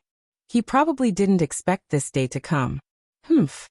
Why don't we surround the 7 world palaces and kill Luolan with 1,000,000 soldiers?" "There's no need." Feng Jixing waved his hand lightly and said, "Luolan has done all sorts of bad things. An evil god like him will be punished by the heavens. We've been traveling for days, and our soldiers are already exhausted. Besides, the terrain of the sacred peak is dangerous, and it's not conducive for an army to fight. Instead, the cultivators of the 7 world palaces will have a great advantage. It's not wise to attack the mountain now. If Luolan is courting death, he'll naturally come down to deal with us. Otherwise, there's no need for us to provoke him." "Yes." Wei Qiu nodded. Are there any new developments in the Crimson Abyss? Feng Jixing asked. No. Wei Chou said. The Rocky Mountain is getting thicker and thicker, and the people we sent could no longer find Commander Yu. In the blink of an eye, a few months have passed, and Commander Yu hasn't eaten or drunk anything. I really don't know what to do. Feng Jixing sighed and slowly urged his horse. Yu is blessed by the heavens. I hope he's fine. Besides, Yu has Fushi's divine power, and he shouldn't be tortured to death by hunger. Moreover, he's already in a state of hibernation. I didn't expect the dignified #1 general of the empire to seal himself in the blood abyss. Wei Chou murmured. Commander Yu's love for Her Highness Yin is deep, and I'm afraid it's not something we can understand. That's right. Feng Jixing looked at the endless army on the main road, and said in a low voice, Where's the herald? The sound of horse hooves came closer, and a herald respectfully said, Marshal, what's the matter? Order Xiang Yu's main army to start searching for water once they enter the Mingshan province. In addition, inform Commander Su Yu to ensure food supplies. Shangyang City is incomparably sturdy, and that old thief Qin Yi won't give up on this piece of land so easily. There's going to be a protracted battle below Shangyang City, and we need to make sufficient preparations. Yes.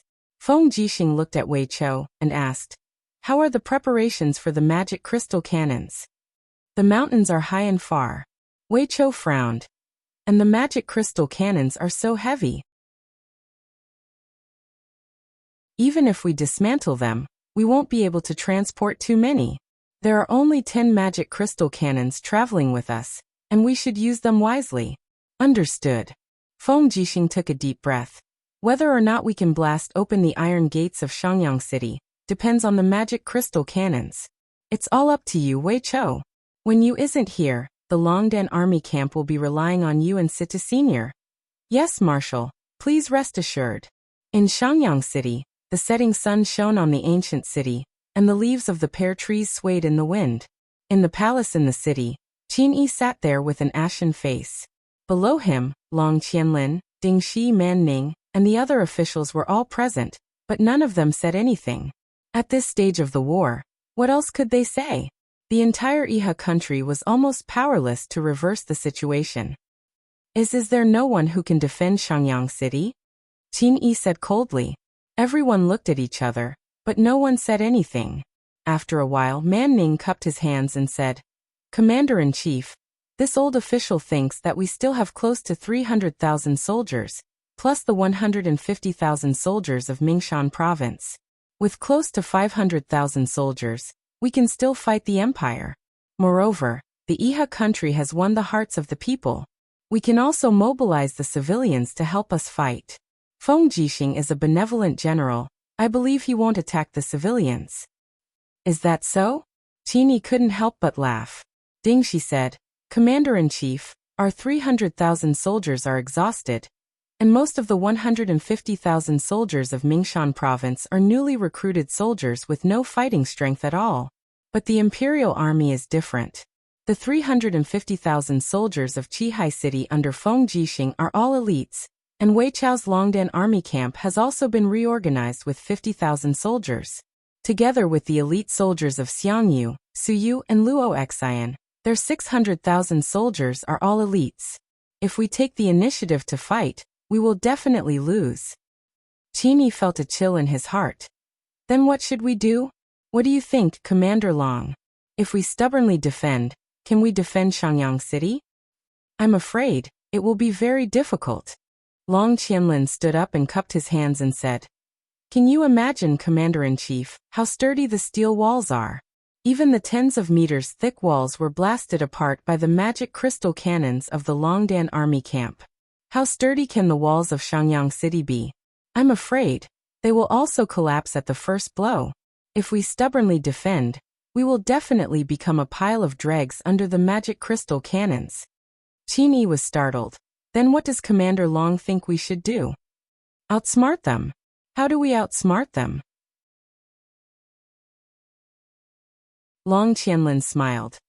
Do you still remember how Lin Muyu annihilated the Thunderchong army in the demon-slaying valley? A series of cannons? That's right. Long Qianlin said. According to my conjecture, The shells of the magic crystal cannons can detonate with each other. The explosion of one magic crystal cannon will trigger a series of explosions from the other magic crystal cannons. In this case, as long as we find an opportunity to sneak into the Longdan army camp and use one of the magic crystal cannons to bombard their ammunition storage camp, we will be able to destroy the magic crystal cannons of the Longdan army camp in one fell swoop. As he spoke, Long Qianlin smiled and said, "We need time to buy time. The Imperial Army has only just arrived in the Southern Ridge a few months ago, so they don't have enough rations. Moreover, the Southern Ridge Province and the Swift White Province have just gone through a war. This year's harvest is not good, so they can't produce much rations. How much rations do the 600,000 soldiers of the Empire eat every day? Most of their rations have to be transported from the Northern Ridge. As long as we delay them for about 2 months, we will naturally be able to delay them until Feng Jixing runs out of rations. At that time, we can send a letter to order His Highness Qin Huan and his 100,000 men to attack. Working together, it will not be difficult to destroy the Empire's 600,000 soldiers." This, Qin Yi was wild with joy and said, "Marshal Long of the Iha nation is truly a gift from the heavens." Then according to Marshal Long, how should we destroy the magic crystal cannons in the Longdan army camp? Long Qianlin said, "I remember. Marquis Man Ning has a distant nephew who is a chiliarch in the Longdan army camp. If we bribe him with money and power, he should be swayed. After all, he is only a chiliarch in the Longdan army camp. If we promise him the position of one of the 7 marshals of the Empire, I believe he will not be able to refuse. However, we will have to trouble Marquis Man Ning to take the risk and make a trip there." Qin Yi looked at Man Ning and said, "Marquis Man Ning, what do you think?" The fat on Man Ning's body trembled. He stood up and cupped his fists, saying, "This old subject's dying body can serve the Iha nation. This is my honor." Qin Yi smiled. "Don't worry. If this matter is successful, Marquis Man Ning will no longer be Marquis Man Ning. I will confer you the title of King Ning." Man Ning could not help but be ecstatic. "Yes, thank you, Commander. This old subject will do his best." "Go." "Yes." Under the support of 2 guards, Man Ning's fat body walked out of the palace step by step. Not long after, Man Ning disguised himself as a merchant and slowly left Shangyang City in a carriage, heading straight for the Imperial Army's camp in the distance. The setting sun bathed the earth in a layer of fresh blood. This was the final battle between the Empire and the Iha nation. Whoever emerged victorious would become the last ruler of this land. Both sides would spare no effort in this battle to the death.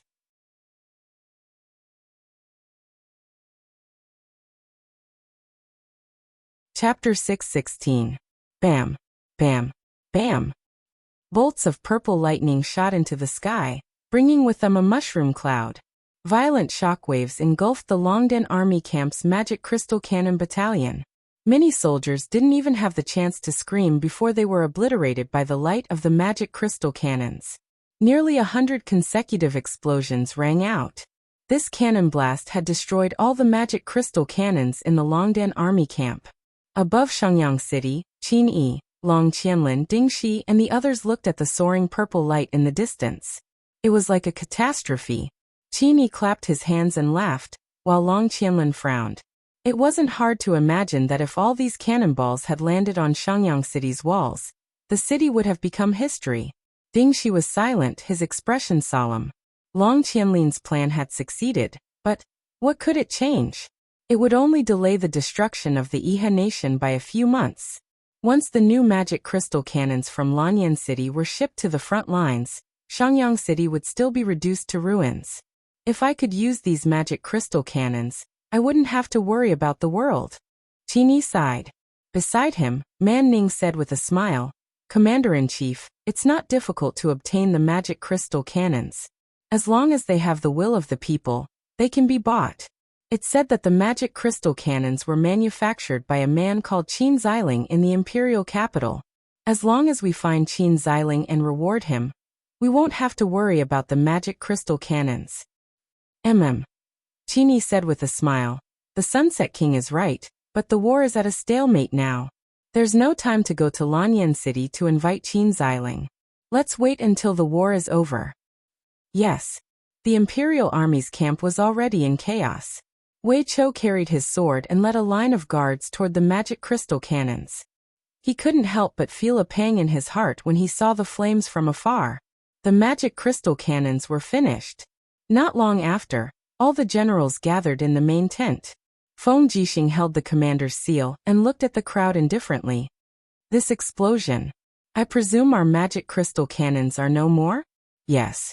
Wei Chou cupped his fists and said with a livid face. This subordinate was incompetent and allowed one of my Kiliarchs to fire a magic crystal cannon without permission, causing a series of explosions in the warehouse. All the cannonballs were destroyed. Sigh, Feng Jixing said. You can't be blamed for this. We need to find out who did this. We need to come up with a long-term plan. Tell me, since we don't have the magical crystal cannons anymore, how are we going to take Shangyang City? Su'er said. The walls of Shangyang City are 20 meters tall and are extremely sturdy. The gates are made of pure iron and are 1 meter thick. Siege chariots are of no use at all. Add to that the fact that Shangyang City is supported by nearly 100 wealthy provinces, and it will be very difficult to take the city by force. We have to attack even if it's difficult. Xiang Yu frowned and said, I suggest that we start attacking the city tomorrow. Every legion will attack the city for 3 days, taking turns to attack. This will tire out the defenders of Shangyang City. Then, we will send small groups of soldiers to infiltrate Shangyang City through the 2 mountain ranges and spread rumors that Qini intends to abandon the city. This will disrupt their morale and cause Shangyang City to collapse on its own. Alright, that's the only way. Feng Jixing looked at Wei Chou and said, when will the next batch of magical crystal cannons be delivered? In a month. We need a heavy escort. We can't afford to make any more mistakes. Don't worry, Marshal. This subordinate will personally escort them. Good. Feng Jixing looked at the starry sky outside the tent and couldn't help but sigh. If only you were here. Su Yu, Wei Chou, Situ Sun, Situ Shui, Zhang Wei, and the others were immediately moved. Yes, if Lin Muyu were here, perhaps she would have a brilliant plan, and they wouldn't have to attack the city by force. Attacking by force meant that they would have to use the flesh and blood of the imperial soldiers to forge a new throne. Even though no one knew who would sit on this throne. Late at night, Feng Jixing still couldn't sleep with the military book in his hands. At this moment, a guard's voice came from outside. Marshal, Divine Marquis Zhen Yifan, Commander Su Yu, Commander Wei Chou, Commander Qin Yan, Commander Xiang Yu, and Commander Luo Xian request an audience. These 4 people were the pillars of their respective armies. Ever since Tang Lan and Su Muyan died, and Tang Xiaoxi's whereabouts were unknown, these people were the true pillars of the empire. Come in. There must be an important matter for them to come in the middle of the night. After the group of people entered the tent, Feng Jixing put down the military book, stood up and cupped his fists. May I know what brings all of you here in the middle of the night? Everyone looked at each other, seemingly trying to shirk responsibility. Finally, Su Yu stepped forward, cupped her fists and said, General Feng, you are the current marshal of the empire. The Empress's final edict was to confer you the title of marshal. Now, you is sealed in the Crimson Abyss, and you are the person with the highest military authority in the empire. We would like to ask, what plans do you have for the empire's future? Feng Jixing couldn't help but feel a headache coming on. Su Yu's meaning was self-evident. Now that Qin Yin was dead, the empire needed a new ruler. A country couldn't be without a ruler. Xiang Yu cupped his fists and said, Ever since the empire entered Lingnan, we have been winning every battle. Now that the empress has fallen, the empire needs a new ruler. General Feng, the empire needs a new ruler. Ruler? Feng Jixing replied somewhat woodenly. Su'er said, General Feng, we are all important ministers of the empire. Although Xiaoyin didn't leave behind any words before she left, I'm sure Xiaoyin also doesn't want to see the empire fall apart. Everyone, what do you think? Feng Jixing said softly. He knew that the future ruler of the empire depended on who these people were willing to support. Xiang Yu frowned and said, "We need a legitimate ruler with the bloodline of a ruler. Now there aren't many people with the bloodline of the Qin family. His Highness Qin Yan is the person with the bloodline closest to Her Highness Yin. The other people are Qin Yong, Qin Jiu, and the others from Prince Zhong's residence. In my opinion, we should support Qin Yan as the new ruler of Great Qin. What does General Feng think?" Feng Jixing didn't reply, but looked towards Qin Yan and asked, "Yan, are you willing to be the ruler of Great Qin?" Qin Yan stared blankly and hurriedly said, "I'm not willing to steal my cousin's empire. Moreover, I don't know anything about the matters of an emperor. I don't even know how to face the imperial court. If I become the ruler, I will only harm the empire and the people. I hope that General Feng will reconsider." Feng Jixing sighed. "Are there any other candidates?" "There is." Zheng Yifan stroked his beard and said, "Lin Muyu, sealed in the blood-red abyss, is the foster son of the previous emperor and Her Highness Yin's foster brother. His military exploits are outstanding and unprecedented. His cultivation has also reached perfection. I'm afraid there is no one more suitable than him to be the new ruler of the Qin Empire." Zheng Yifan was the only old official present, so his words naturally carried a lot of weight. Feng Jixing nodded and said, "It's just that he willingly sealed himself in the blood-red abyss. Even if I don't ask, everyone should understand that you will not accept it. Her Highness Yin went to the 100-ridge city alone and was killed. This matter has already made you feel guilty for half a year. If you were to ascend to the throne at this time, Divine Marquis, do you think you will agree?" Zheng Yifan couldn't help but wring his hands and said, "That's right, the difficulty lies in the fact that Lin Muyu is a person who is loyal to his feelings." Feng Jixing looked at everyone with a burning gaze and said, "We are all the commanders of the empire and are all loyal to Her Highness Yin. Now, Yu is still bitterly guarding the blood-red abyss, waiting for Her Highness Yin's return. Shouldn't we wait? I think the Qin Empire will no longer support an emperor and will only confer titles of nobles.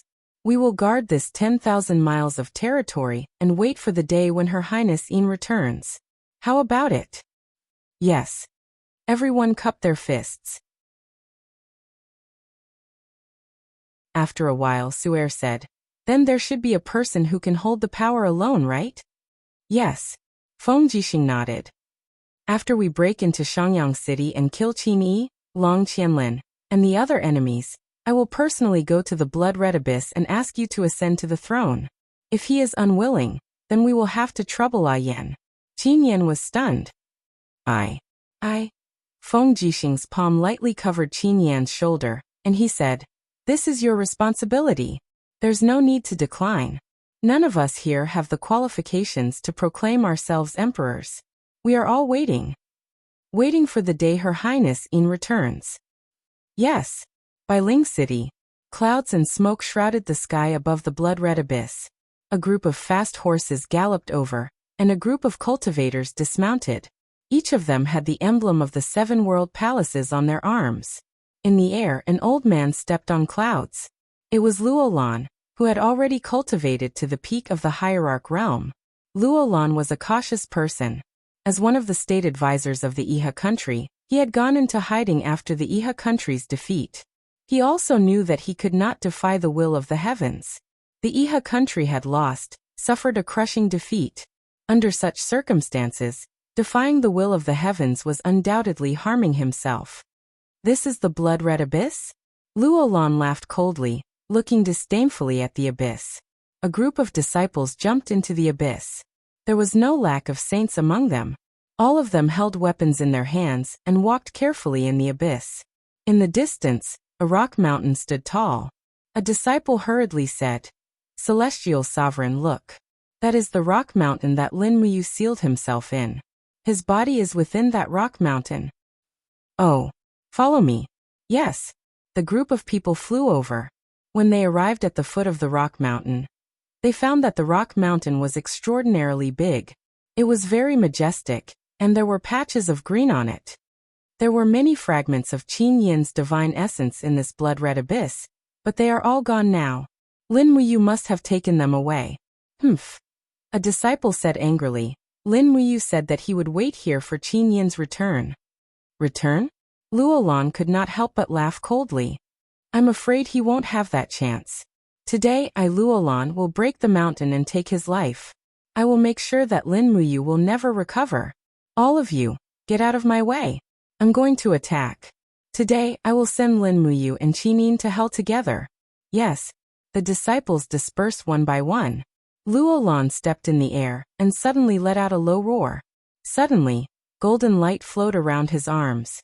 When he put his palms together above his head, his divine power condensed into a peerless divine saber. It was the power of Luolan's martial soul, demon blood saber. Boom. The ground shook and the top half of the rock mountain was smashed by Luolan's saber. Again. Luolan roared and struck again. Bang! Rocks flew everywhere, and the stone mountain instantly cracked open from the center. However, a powerful force surged within the mountain.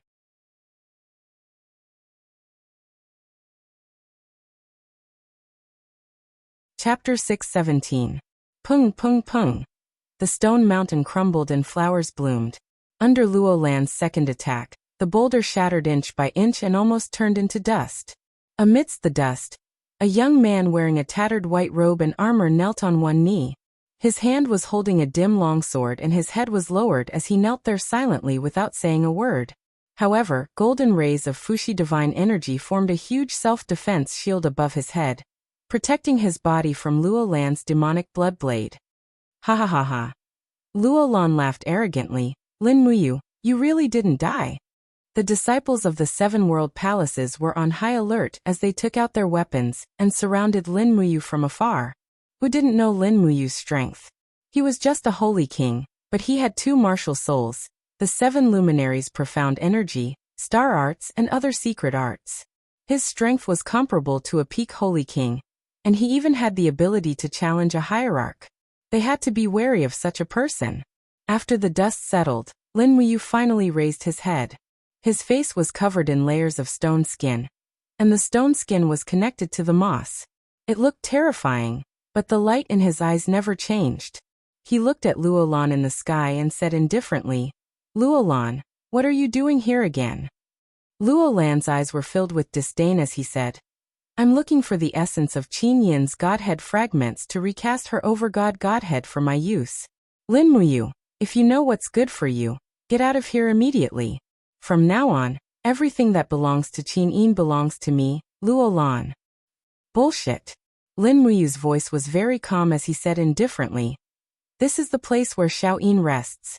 Get out of here with your lackeys and I can consider sparing your lives. Dream on. Luolan laughed loudly. You're already sealed in stone and can't even protect yourself. You still want to threaten us? Lin Muyu. Lin Muyu. You wasted the efforts of the 7 luminaries demon emperor to nurture you. Look at yourself now. You're willing to seal yourself in stone for a woman. You're dreaming if you think you can conquer the heaven realm with such ambition. You should just die obediently. Hell is the most suitable place for you in the 3 realms. Lin Muyu did not say a word. She struggled with all her might, only to find that most of her body had turned into rock, and had become one with the earth in the depths of the crimson abyss. Her veins were also connected to thin vines. Now it was as if her entire body was tied up there, unable to move. You piece of trash. Take my blade. Luolan roared, his eyes glowing fiercely. He took out the demon blood blade, and his divine power surged. He suddenly slashed down from the sky, using at least 30% of his divine power. Suddenly, the surrounding air seemed to solidify. Before the blade hit the ground of the blood abyss had already started to crumble inch by inch. Rock fragments swirled in the air and exploded in the air. A strong sense of oppression came crashing down from the sky. Lin Muyu couldn't help but be secretly shocked. Luolan's cultivation was no longer the Luolan of a few years ago. He had indeed reached the peak of the first heaven of the divine state. His Yi was filled with blood-red chaos. Lin Muyu couldn't summon much power. The king's combat flame in his body seemed to have gone dormant. Only a strand of Fushi's divine power could resist the enemy. With a roar, Fushi's divine power condensed into a dragon blood shield above his shoulder. Bang! That earth-shattering attack caused Lin Muyu's body to tremble as she fell several meters into the ground. The ground around her crumbled and evaporated. A wave of golden divine power spread out in all directions, catching the Luolan disciples off guard and causing them to fall. Many disciples with lower cultivation bases were directly knocked unconscious or injured by the divine power's shockwave. Buzz, buzz, buzz. In the blood abyss, the golden light that was scattered in the corner was constantly wailing. That was the essence of the divine spark that Qin Yin had left behind. However, these essence fragments were currently withstanding the destructive power of Luolan. Stop. Lin Muyu raised his head. His eyes were filled with anger. He shouted, I told you to stop. How dare an ant like you speak so arrogantly? In the air, Luolan wore a golden robe and held a blood-red demon blood saber. His eyes were filled with disdain. Lin Muyu, do you know the difference between a god and a human? A god is above everything. A human is just an ant. Your pain, your sorrow in my eyes, is just an insignificant pleading from an ant. You are not worthy to be my opponent. I only used 30% of my strength in the previous attack. Next, I will use 40%. Let's see how you can block it. Buzz, buzz, buzz. Faint golden runes appeared in the heaven realm. It seemed to be providing Luolan's divine power. At this moment, the two planes seemed to have been opened. Luolan was borrowing the power of the heaven realm to kill Lin Muyu. Did the heaven realm, that holy plane, really represent justice? Probably not. Boom. Luolan's second blow landed heavily on Lin Muyu's shoulder. Immediately, a heart-wrenching pain spread through Lin Muyu's body, causing the rocks around him to shatter. Lin Muyu himself spat out a mouthful of blood. Although this attack severely injured Lin Muyu, it also made Lin Muyu realize that the blood-red chaotic power that had shrouded his Yi for half a year had dissipated a lot. A new king's fighting flame crazily rushed into his Yi. Come on, continue. Let's see how many blades you have. Lin Muyu raised his head and roared. Presumptuous. Luolan stood proudly in the air like a Buddha. The demon blood saber in his hand buzzed. The passage to the heaven realm constantly flowed with divine power and poured into Luolan's body. Strength to break all things. The demon blood saber was raised again. This time, endless divine power descended from the sky and drilled into the ground. In the next moment, the blood abyss trembled and exploded. This huge blood abyss was being destroyed at a rapid pace. The last bit of power that Qin Yin left on the ground was also quickly dissipating. Stop! Lin Muyu's eyes were bloodshot as he roared. Are you angry? Luolan laughed. I want you to be angry. I want you to be angry, but you can't do anything about it. I want you to be angry, but you can only watch as I control everything. This is the difference between a god and an ant. Now die. Buzz. The demon blood saber descended from the sky and slashed the dragon blood battle shield that Fushi had condensed with divine power for the third time. Bang! The sky shook and the ground shook. The entire surface of the blood abyss was violently collapsing. The barren walls of Bailing City in the distance were also collapsing. Luolan's current cultivation was no longer a disgrace to the word god. Perhaps, only a god could have the ability to destroy heaven and earth. Pooh! Fresh blood splattered on the ground. Lin Muyu was already heavily injured, but his unyielding will allowed him to continue persevering. However, what worried him was that before he died, this blood abyss would be destroyed by Luolan. Around him, the disciples of the seven world palaces saw that the outcome had been decided. All of them were grinning from ear to ear. An immortal venerable's strength is indeed unparalleled in the mortal world. Lin Muyu is dead for sure this time. He's the one courting death. As an ant, he actually dares to challenge the might of the heavens. He's simply courting death. Immortal venerable, one more slash, chop Lin Muyu's dog head into pieces. Ha ha ha, what four heroes of Lanyan? What wind, rain, thunder, and lightning? They're just a bunch of jumping clowns. Immortal venerable, strengthen the might of our seven world palaces. The ridicule from the crowd could not enter Lin Muyu's ears. All of his emotions were concentrated in his EC. Luolan's third slash had split the blood chaos in his EC by 30%. Two more slashes, maybe. One more slash would be enough to disperse this seal that had appeared out of nowhere. Still not dead yet. Luo Lan stood in the air and sneered. The demon blood saber buzzed and trembled. Godly energy rapidly poured into it. This time, at least 70% of the godly energy was gathered. The demon blood saber spun in the air and slashed down with great force. Boom.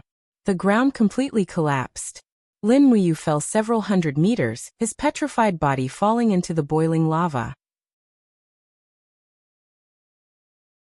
Luo Lan waved his hand, and his godly energy spread out like a huge net in the air, protecting the group of disciples so that they would not fall into the second layer of the blood abyss. Wah! Lin Muyu still maintained his kneeling position. He held the sword in one hand as he knelt in the boiling lava. Looking up at the sky, a faint golden light shone in his eyes. Xiao xiao xiao. Rays of holy light rippled under his feet. His EC had never been so clear before. Moreover, all the auras, energy changes of the stars, and the rotation of the universe seemed to be crystal clear. At this moment, Lin Muyu had entered a whole new realm, the Saint Heaven realm.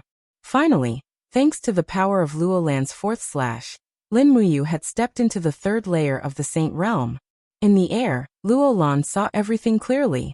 He could not help but feel a chill in his heart. His embarrassment turned into anger, and he poured all of his godly energy into the demon blood saber. In an instant, the sky turned dark, and beams of golden light poured into Luo Lan's body. After the full power was released, Luo Lan's eyes had already turned golden, the unique color of a god's eyes. Kill. Luo Lan descended from the sky, concentrating all of his strength into a single slash. This was already Luo Lan's strongest attack at his current cultivation level. Lin Muyu did not have any fear in his heart.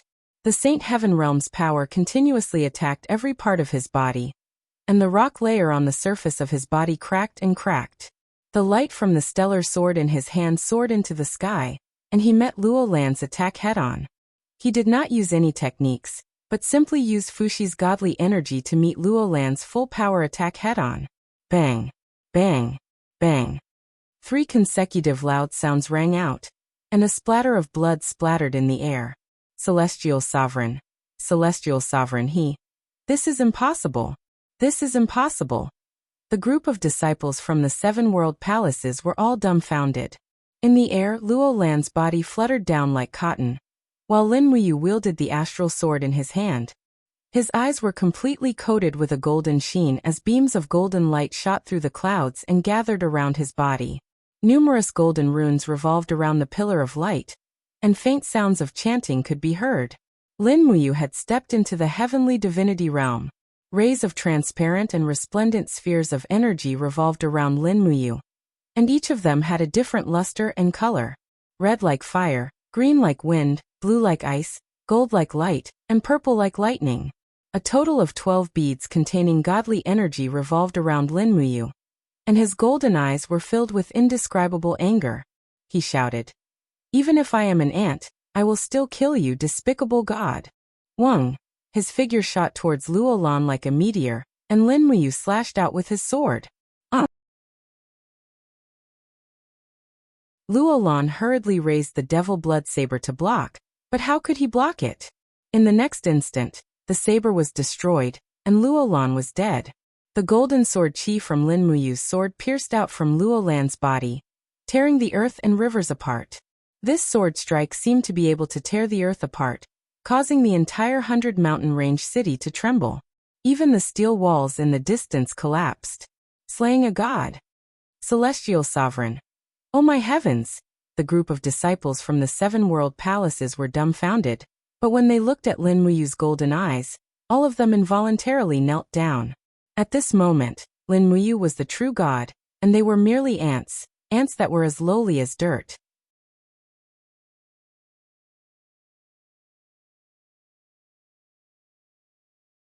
Chapter 6:18. Heavenly Realm, Pond of Illusion.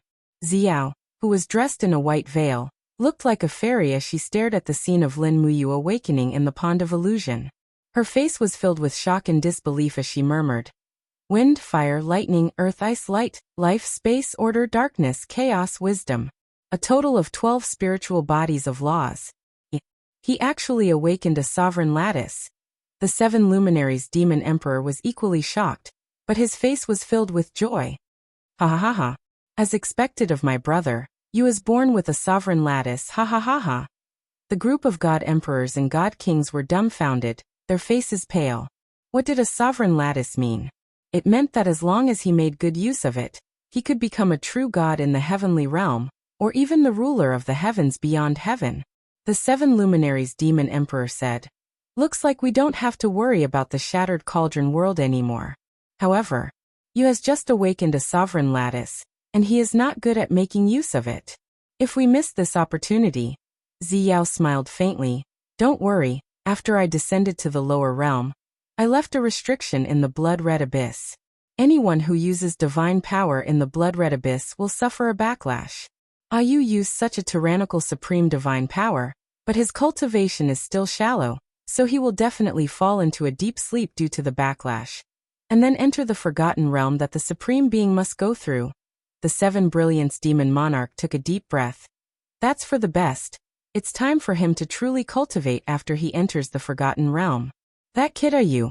He's so stubborn, compassionate, and crazy. Are those words his Tao, his rules? Ziyao said. The sovereign lattice is the one that rules over all things. It requires extremely difficult cultivation to complete the second awakening. Everything depends on how you passes the forgotten realm. Wait for him to awaken again. Yes. By Ling City, the blood abyss was filled with smoke. It was as though the scene of Qin Yin's death half a year ago had returned. However, this time it was a scene of slaughter. A beam of golden light shot through the sky above the blood abyss. The stellar sword once again slashed out with a heaven-piercing golden sword chi, shredding the 3 disciples of the 7 world palaces into pieces. You want to leave? Lin Muyu abruptly turned around and opened her palm. A law of darkness spun in her palm, and with a wong sound, darkness energy surged. A Saint Realm disciple who was trying to escape was instantly immobilized. His body slowly swelled up and exploded into a bloody mess. Under the might of the law of darkness, a mere Saint Realm expert was not even worth mentioning. All of you will die. Lin Muyu's eyes were filled with a merciless golden light. She pointed her long sword straight towards the sky. Suddenly, the heaven realm's divine power in the clouds poured down as if it was summoned by its master. Swoosh, swoosh, swoosh, 3 golden crystal pillars fell from the sky. It was Qin Yin's celestial dragon crystal. Bang, bang, bang. The law of light's destructive energy rippled outwards, and not a single one of the disciples from the 7 world palaces was spared. Lin Muyu flew through the air and stomped on the ground. Oh! A boundless chill swept out, and a curtain of ice and snow rapidly extended in the sky, freezing a few disciples who had already escaped far away into ice shards. Obviously, they were already dead. However, Lin Muyu's intent Si and Qi Si were in a state of chaos. The supreme god force in her body had to be spat out quickly. She raised her iron fist in the air, and a blood-red energy revolved around her fist. This was the chaotic god force of the law of chaos. Her entire body was like a meteor as she fell into the blood abyss. This fist seemed as if it wanted to tear the earth apart. The earth shook violently, and the ruins of the 100-ridge city in the distance started to collapse. The power of this fist was no less than a magnitude 10 earthquake. Hong hong hong. Streams of fiery red lava soared into the sky, and the entire blood abyss doubled in size. Fortunately, the 100-ridge city was already a dead city with no signs of human habitation. Otherwise, this fist would have killed at least 1 million people. In the air, the shattered rocks and lava only fell back down after a few minutes. Piles of rubble piled up to form a new stone mountain. And it was a stone mountain that stretched for more than 10 li. However, Lin Muyu's figure was nowhere to be seen, and her supreme god force had also dissipated. It was as if nothing had happened, and all that was left was the stone mountain, as well as the shattered corpses of Luo Lan and the disciples from the 7 world palaces. Sleeping and awakening her strength did not mean that she had truly become stronger. Lin Muyu needed time to consolidate her strength, otherwise, how would she be able to control such a powerful supreme godhead? Wang. the table started to shake, and the candlelight on it flickered. Feng Jixing, who was holding a book on military strategy, couldn't help but be stunned. He raised his head and asked, "What's wrong, an earthquake?" Not far away, Zhang Wei said, "It seems like an earthquake." "Where did the earthquake come from?" Chu Yao asked. "I don't know." Wei Chou shook his head, saying, "It seems like the earthquake came from the direction of the 100-ridge city. The place of the earthquake is very far away from us, but the feeling is very strong." Feng Jixing said, "Looks like there was a big earthquake in the direction of the 100-ridge city. It's a pity that the people of the Southern Ridge province have experienced so many wars, and now they have to face such a strong earthquake." "AI, they have no way to live. Chu Yao smiled faintly. "After we kill Qin Yi, we will reduce the taxes of the Southern Ridge province for the next 3 years. And that's the only way." Feng Jixing looked to the north and said, "I wonder how Yu is doing. He's in the blood abyss, and if there is an earthquake in the 100-ridge city, you won't be able to avoid it." Wei Chou said, "How about, this subordinate immediately leads the cavalry to the 100-ridge city to protect commander?" "No need." Feng Jixing waved his hand. A ray of light flashed in his eyes and said, "Who is Yu? He's an expert comparable to the immortal state. A mere earthquake can't do anything to him. We should kill Qin Yi as soon as possible. That's the best plan." "Yes." At the same time, in a small town to the south of the 100-ridge city, the sound of a baby being born could be heard. The family was very happy, and an old man with white hair and beard was extremely happy, holding a baby girl, and said with a red face, she's finally born, our Li family has a descendant." The Li family ran a clinic in the small town. Their only son, Li Xiang, was recruited as a soldier of the Iha country, and died in battle half a year ago, leaving a descendant in his wife's womb. The baby girl that was born was the only descendant of the Li family. Her father, Li Shu, was a doctor who collected, sold, and treated illnesses for a living. After losing his son in old age, he got a granddaughter, and it was easy to imagine how happy he was. The small town was full of sparks. On the 20th of the 12th month, year 7736 of the Empire calendar, Qin Xiling personally escorted 70 magic crystal cannons to Lingnan. Feng Jixing mobilized 240,000 men, arranged 12 Qianquan battle formations to fight the Iha country, and defeated Long Qianlin's iron chain formation. Wei Chou bombarded Shangyang City, razing the entire northern city wall to the ground, and the army killed their way into the city. After Shangyang City was breached, Long Qianlin and Ding Shi led the remnants of the army to escort Qin Yi, Man Ning, and their families out of Mingshan province, and formed a fleet at the east sea border of Linкong province.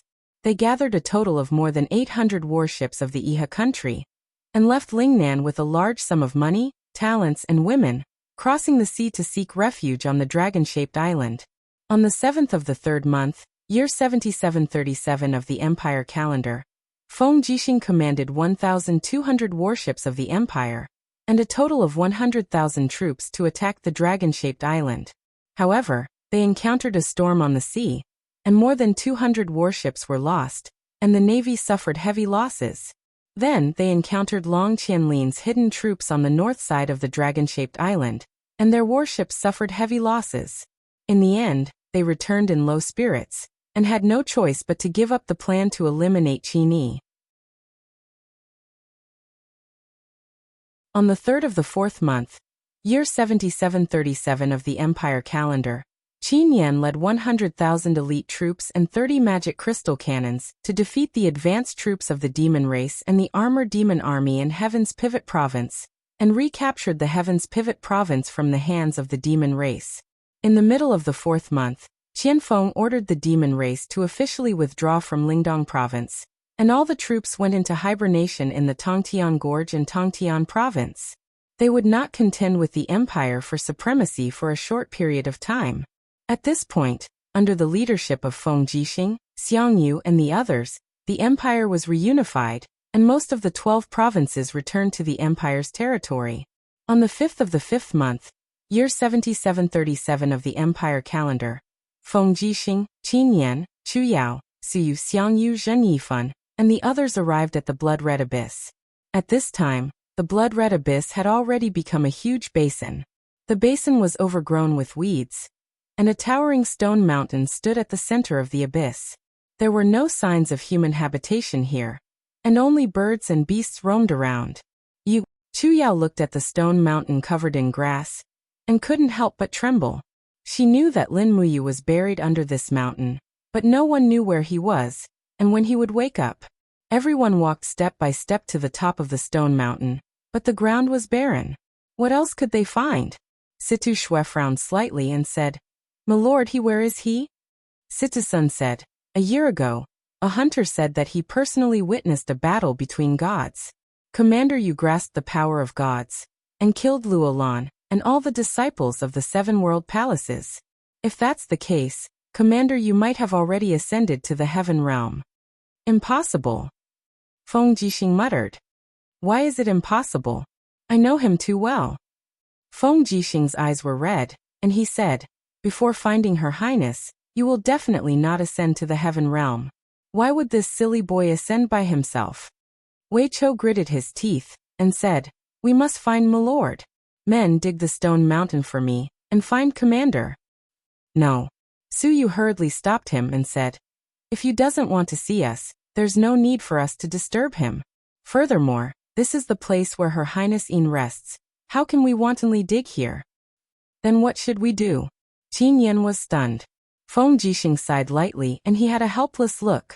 Zhen Yifan said, "The world has already been unified, and it cannot be without a ruler.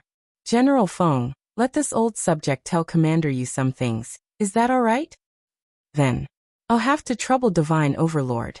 "Yes." Zheng Yifan slowly walked forward, holding the golden imperial edict in his hand. He knelt on the peak of the stone mountain, and said, "Commander Yu, the world has already been unified. However, Her Highness Yin has already passed away, and we must appoint a new ruler. Therefore, after discussion, we have decided to appoint 3 kings. Everyone has elected Commander Yu as King Qin, Commander Feng Jixing as King Xian, and His Highness Qin Yan as King Zhong. Before Her Highness Yin returns to the Shattered Cauldron Realm continent, the 3 kings will rule the world. We hope that Your Highness King Qin will wake up soon. The Empire needs you to rule the world." Feng Jixing came behind Zhen Yifan and said softly, We are all subjects of the Qin clan, and we are all waiting for Her Highness Yin's return. I hope that you are the same. Don't be willful, and return to Lanyan City, if you are still there." As he spoke, Feng Jixing's heart was filled with bitterness. He had already stepped into the Saint Heaven realm, but at this moment, he couldn't feel any spiritual energy pulse in the mountain. There was no one at the bottom of the mountain, and no one knew where Lin Muyu had gone. You're tuning in to the Li Mei's Sword of Destiny YouTube channel. We're so grateful for your support, and don't forget to subscribe to join us on this incredible journey through captivating stories. Your generosity through donations truly makes a world of difference, as it's the primary source of revenue that allows me to expand and enhance this channel for you. Thank you from the bottom of my heart for being a part of this adventure.